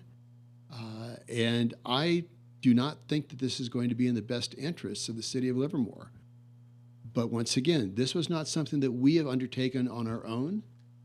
This is something that has been forced upon us by a few folks in Southern California that are looking upon this as a cash cow. And it is only in the best interest of the finances of the city that we have to move ahead with this. Yeah, I just say one other thing. It's not just the finances. It's my understanding that if we finance would still lose. Yeah. No. Well, what I'm saying is, it's much worse than that, because if we don't get on with it, and we spend a lot of time just kind of a lot of agita about this thing. What we end up doing is it's my understanding, and you hear from the city attorney, we lose control of these districts, right? We don't. So if we get on with it, we can control it. If we fight it and lose, we're not only are we financially impacted, we've also lost control. Well, I'm not suggesting that we fight this. No, but I we- was just trying to add the point. This isn't just financial. Forced upon us. No, it is not just financial, because if we get on with this and we do a good job of drawing these districts and we meet the timeline, then we got it. If we screw it up, then it isn't, not only are we going to be we're being forced to do this, but we will be forced to do this in a way in which we don't have control of the districts. And so that's why I'm saying is we can't waste a lot of time wishing that the world were different. Right? It is what it is. And now, as far as I'm concerned, any rational, pragmatic person has got to do this well. And that's our focus. Otherwise, we risk a lot. We risk a lot of money, and we risk control. So we can spend time, wishing it were different, but it ain't going to do any good, and it'll do a lot of harm. Councilor Spadowski? It still stinks. But one of the, and I agree with everything that's been said, we need to retain as much control as we possibly. I don't think anybody's advocating that we fight this. I do think it will be divisive, in particular around election season, because what you will have some candidates that appear that will focus on their issues in their section of town that will get them elected. That's just plain and simple. Now, the choice that they will have when they get up here is whether or not they carry through with those promises, like any politician or anybody running for office will face. You make certain promises during the election season because you think it plays well with your community. You get up here, you find out the realities of what it's really like, and then you're faced with a choice. Do you stick with what you said, not knowing what you know, or do you do what's in the best interest? But that aside, I'm going to stop the editorial comments here, whatever you want to call them. I do want to ask one question and make a suggestion. As we fall, so eventually will LARPD and the school district. This is not just cities. I wanted to point that out. Dublin Unified was hit with this. They're going district. Is there any thought to bringing them in some way to this conversation, not as decision makers, but I want to make sure that we're coordinating with LARPD and the school district to see if they have any input. It would be nice that all three organizations would have the same districts. That would be great. I would see, I think that's another potential craziness of this situation. That stinks. That you would have a potential for a different parks district, a different school district, and a different city district. So if there's any glimmer of a chance or any hope of coordinating all three, I would like to see that. I mean, make sure we're having conversations with them now to see if there's anything that we can do. I mean, it kind of works out in some areas, but in others, I think it's just going to be a mess. In response to that question or that statement, yes, the city has engaged its partners at the school district and the park district. We have an intergovernmental meeting, and we'll be discussing this again then. And I've also had several conversations with Supervisor Kelly Bowers as well. Okay, thank you. Yeah, I would hope they could all align or somewhat align, but whatever. We've done grieving. Do we have a motion then to? Yeah, I'll move that we move forward. Okay, move to adopt the resolution declaring the intent to transition. Moved by Councilmember Carling. Is there a second? Nobody wants it. Okay. I will second it. I don't think there's a choice. Okay. So the adult in the room. So we have a motion by Councilmember Carling, seconded by Vice Mayor Warner. All in favor of the motion? Aye. Aye. Any opposed? That passes unanimously and under great protest. What was your term again? Oh, it stinks. But Okay. I mean, if there was a way to vote no as well as I, that would have been but there one wasn't. time that I didn't want to do it. There wasn't. Okay, thank you very much. I think that was a good discussion. It's not something the city wanted to do, but it was foisted upon us. So with that, moving on to matters initiated and council member reports. I have a very short one because I was out of town for the most of several weeks, and just 4th of July, we had a really good evening downtown watching fireworks and not trying to drink coffee, but I sure wish pizza stayed open later. But it was a real good night down there to see so many people out there that evening. It was. Casse-Croûte was open. It was a good time. What is that? Casse-Croûte was open. Absolutely. They had coffee? Yeah. No, that's where I ended up getting in the end. And then a LAVTA board meeting was my only real fun so far this month.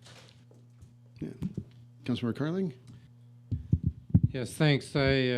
Middle of June, I had a stop waste meeting, and then June 26th, I joined the mayor on the Switch grand opening, which is the entrepreneur facility in the old J.C. Penney's for those who've been around long enough in the city. That was a very nice event.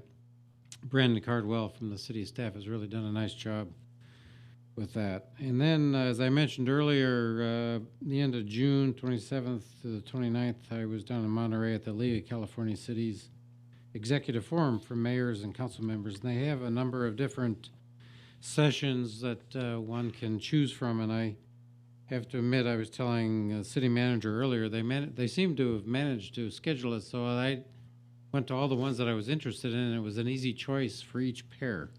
Like the first one on California Voting Rights Act, which we just discussed, versus this social and new media age, which I don't participate in any way. So anyway, so it was very good, and it was very educational for me. I enjoyed it, and I'll tell you one thing I learned, and that I think, based on the comments I heard from other council members and mayors from cities throughout the state, we have a pretty good staff working for the city of Livermore.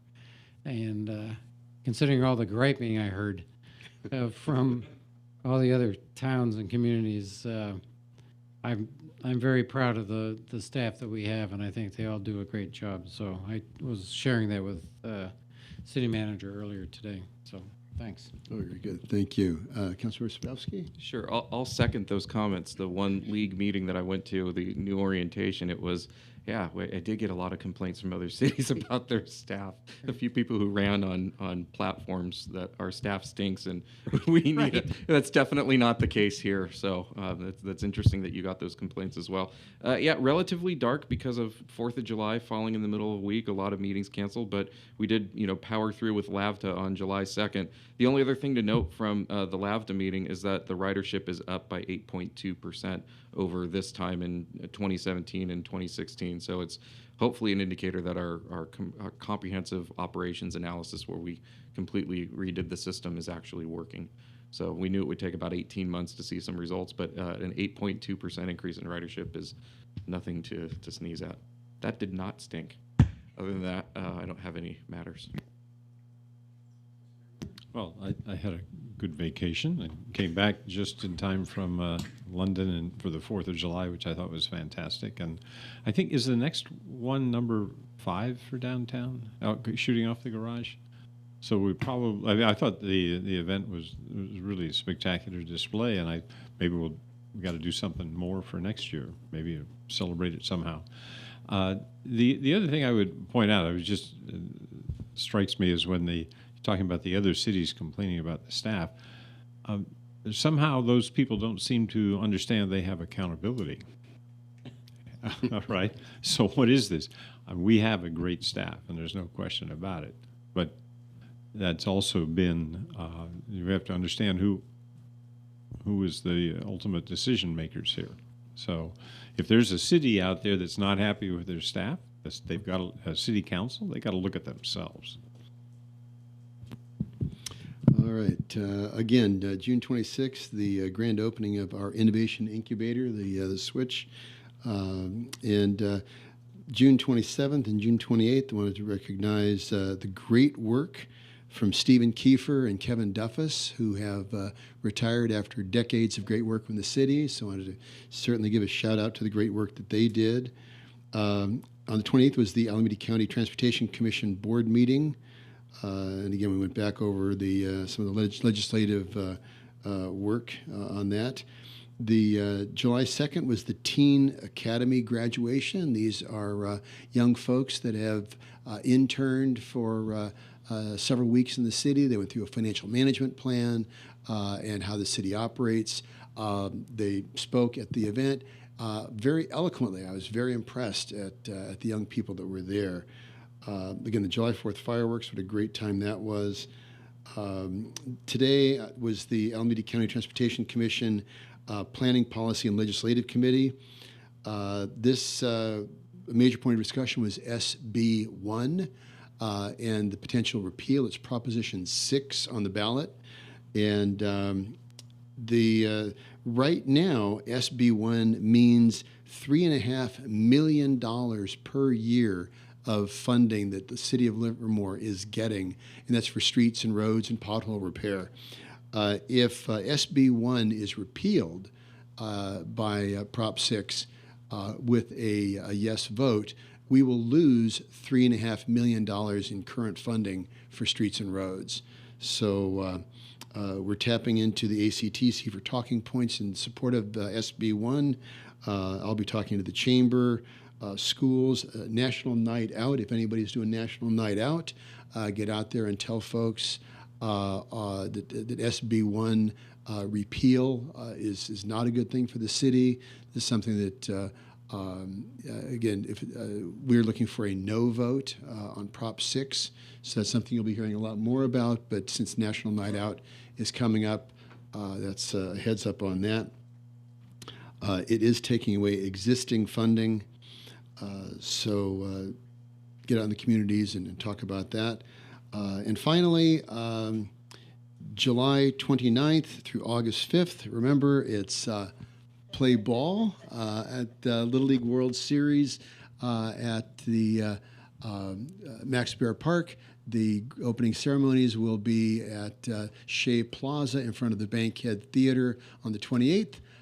So we'll see you out there. Play ball.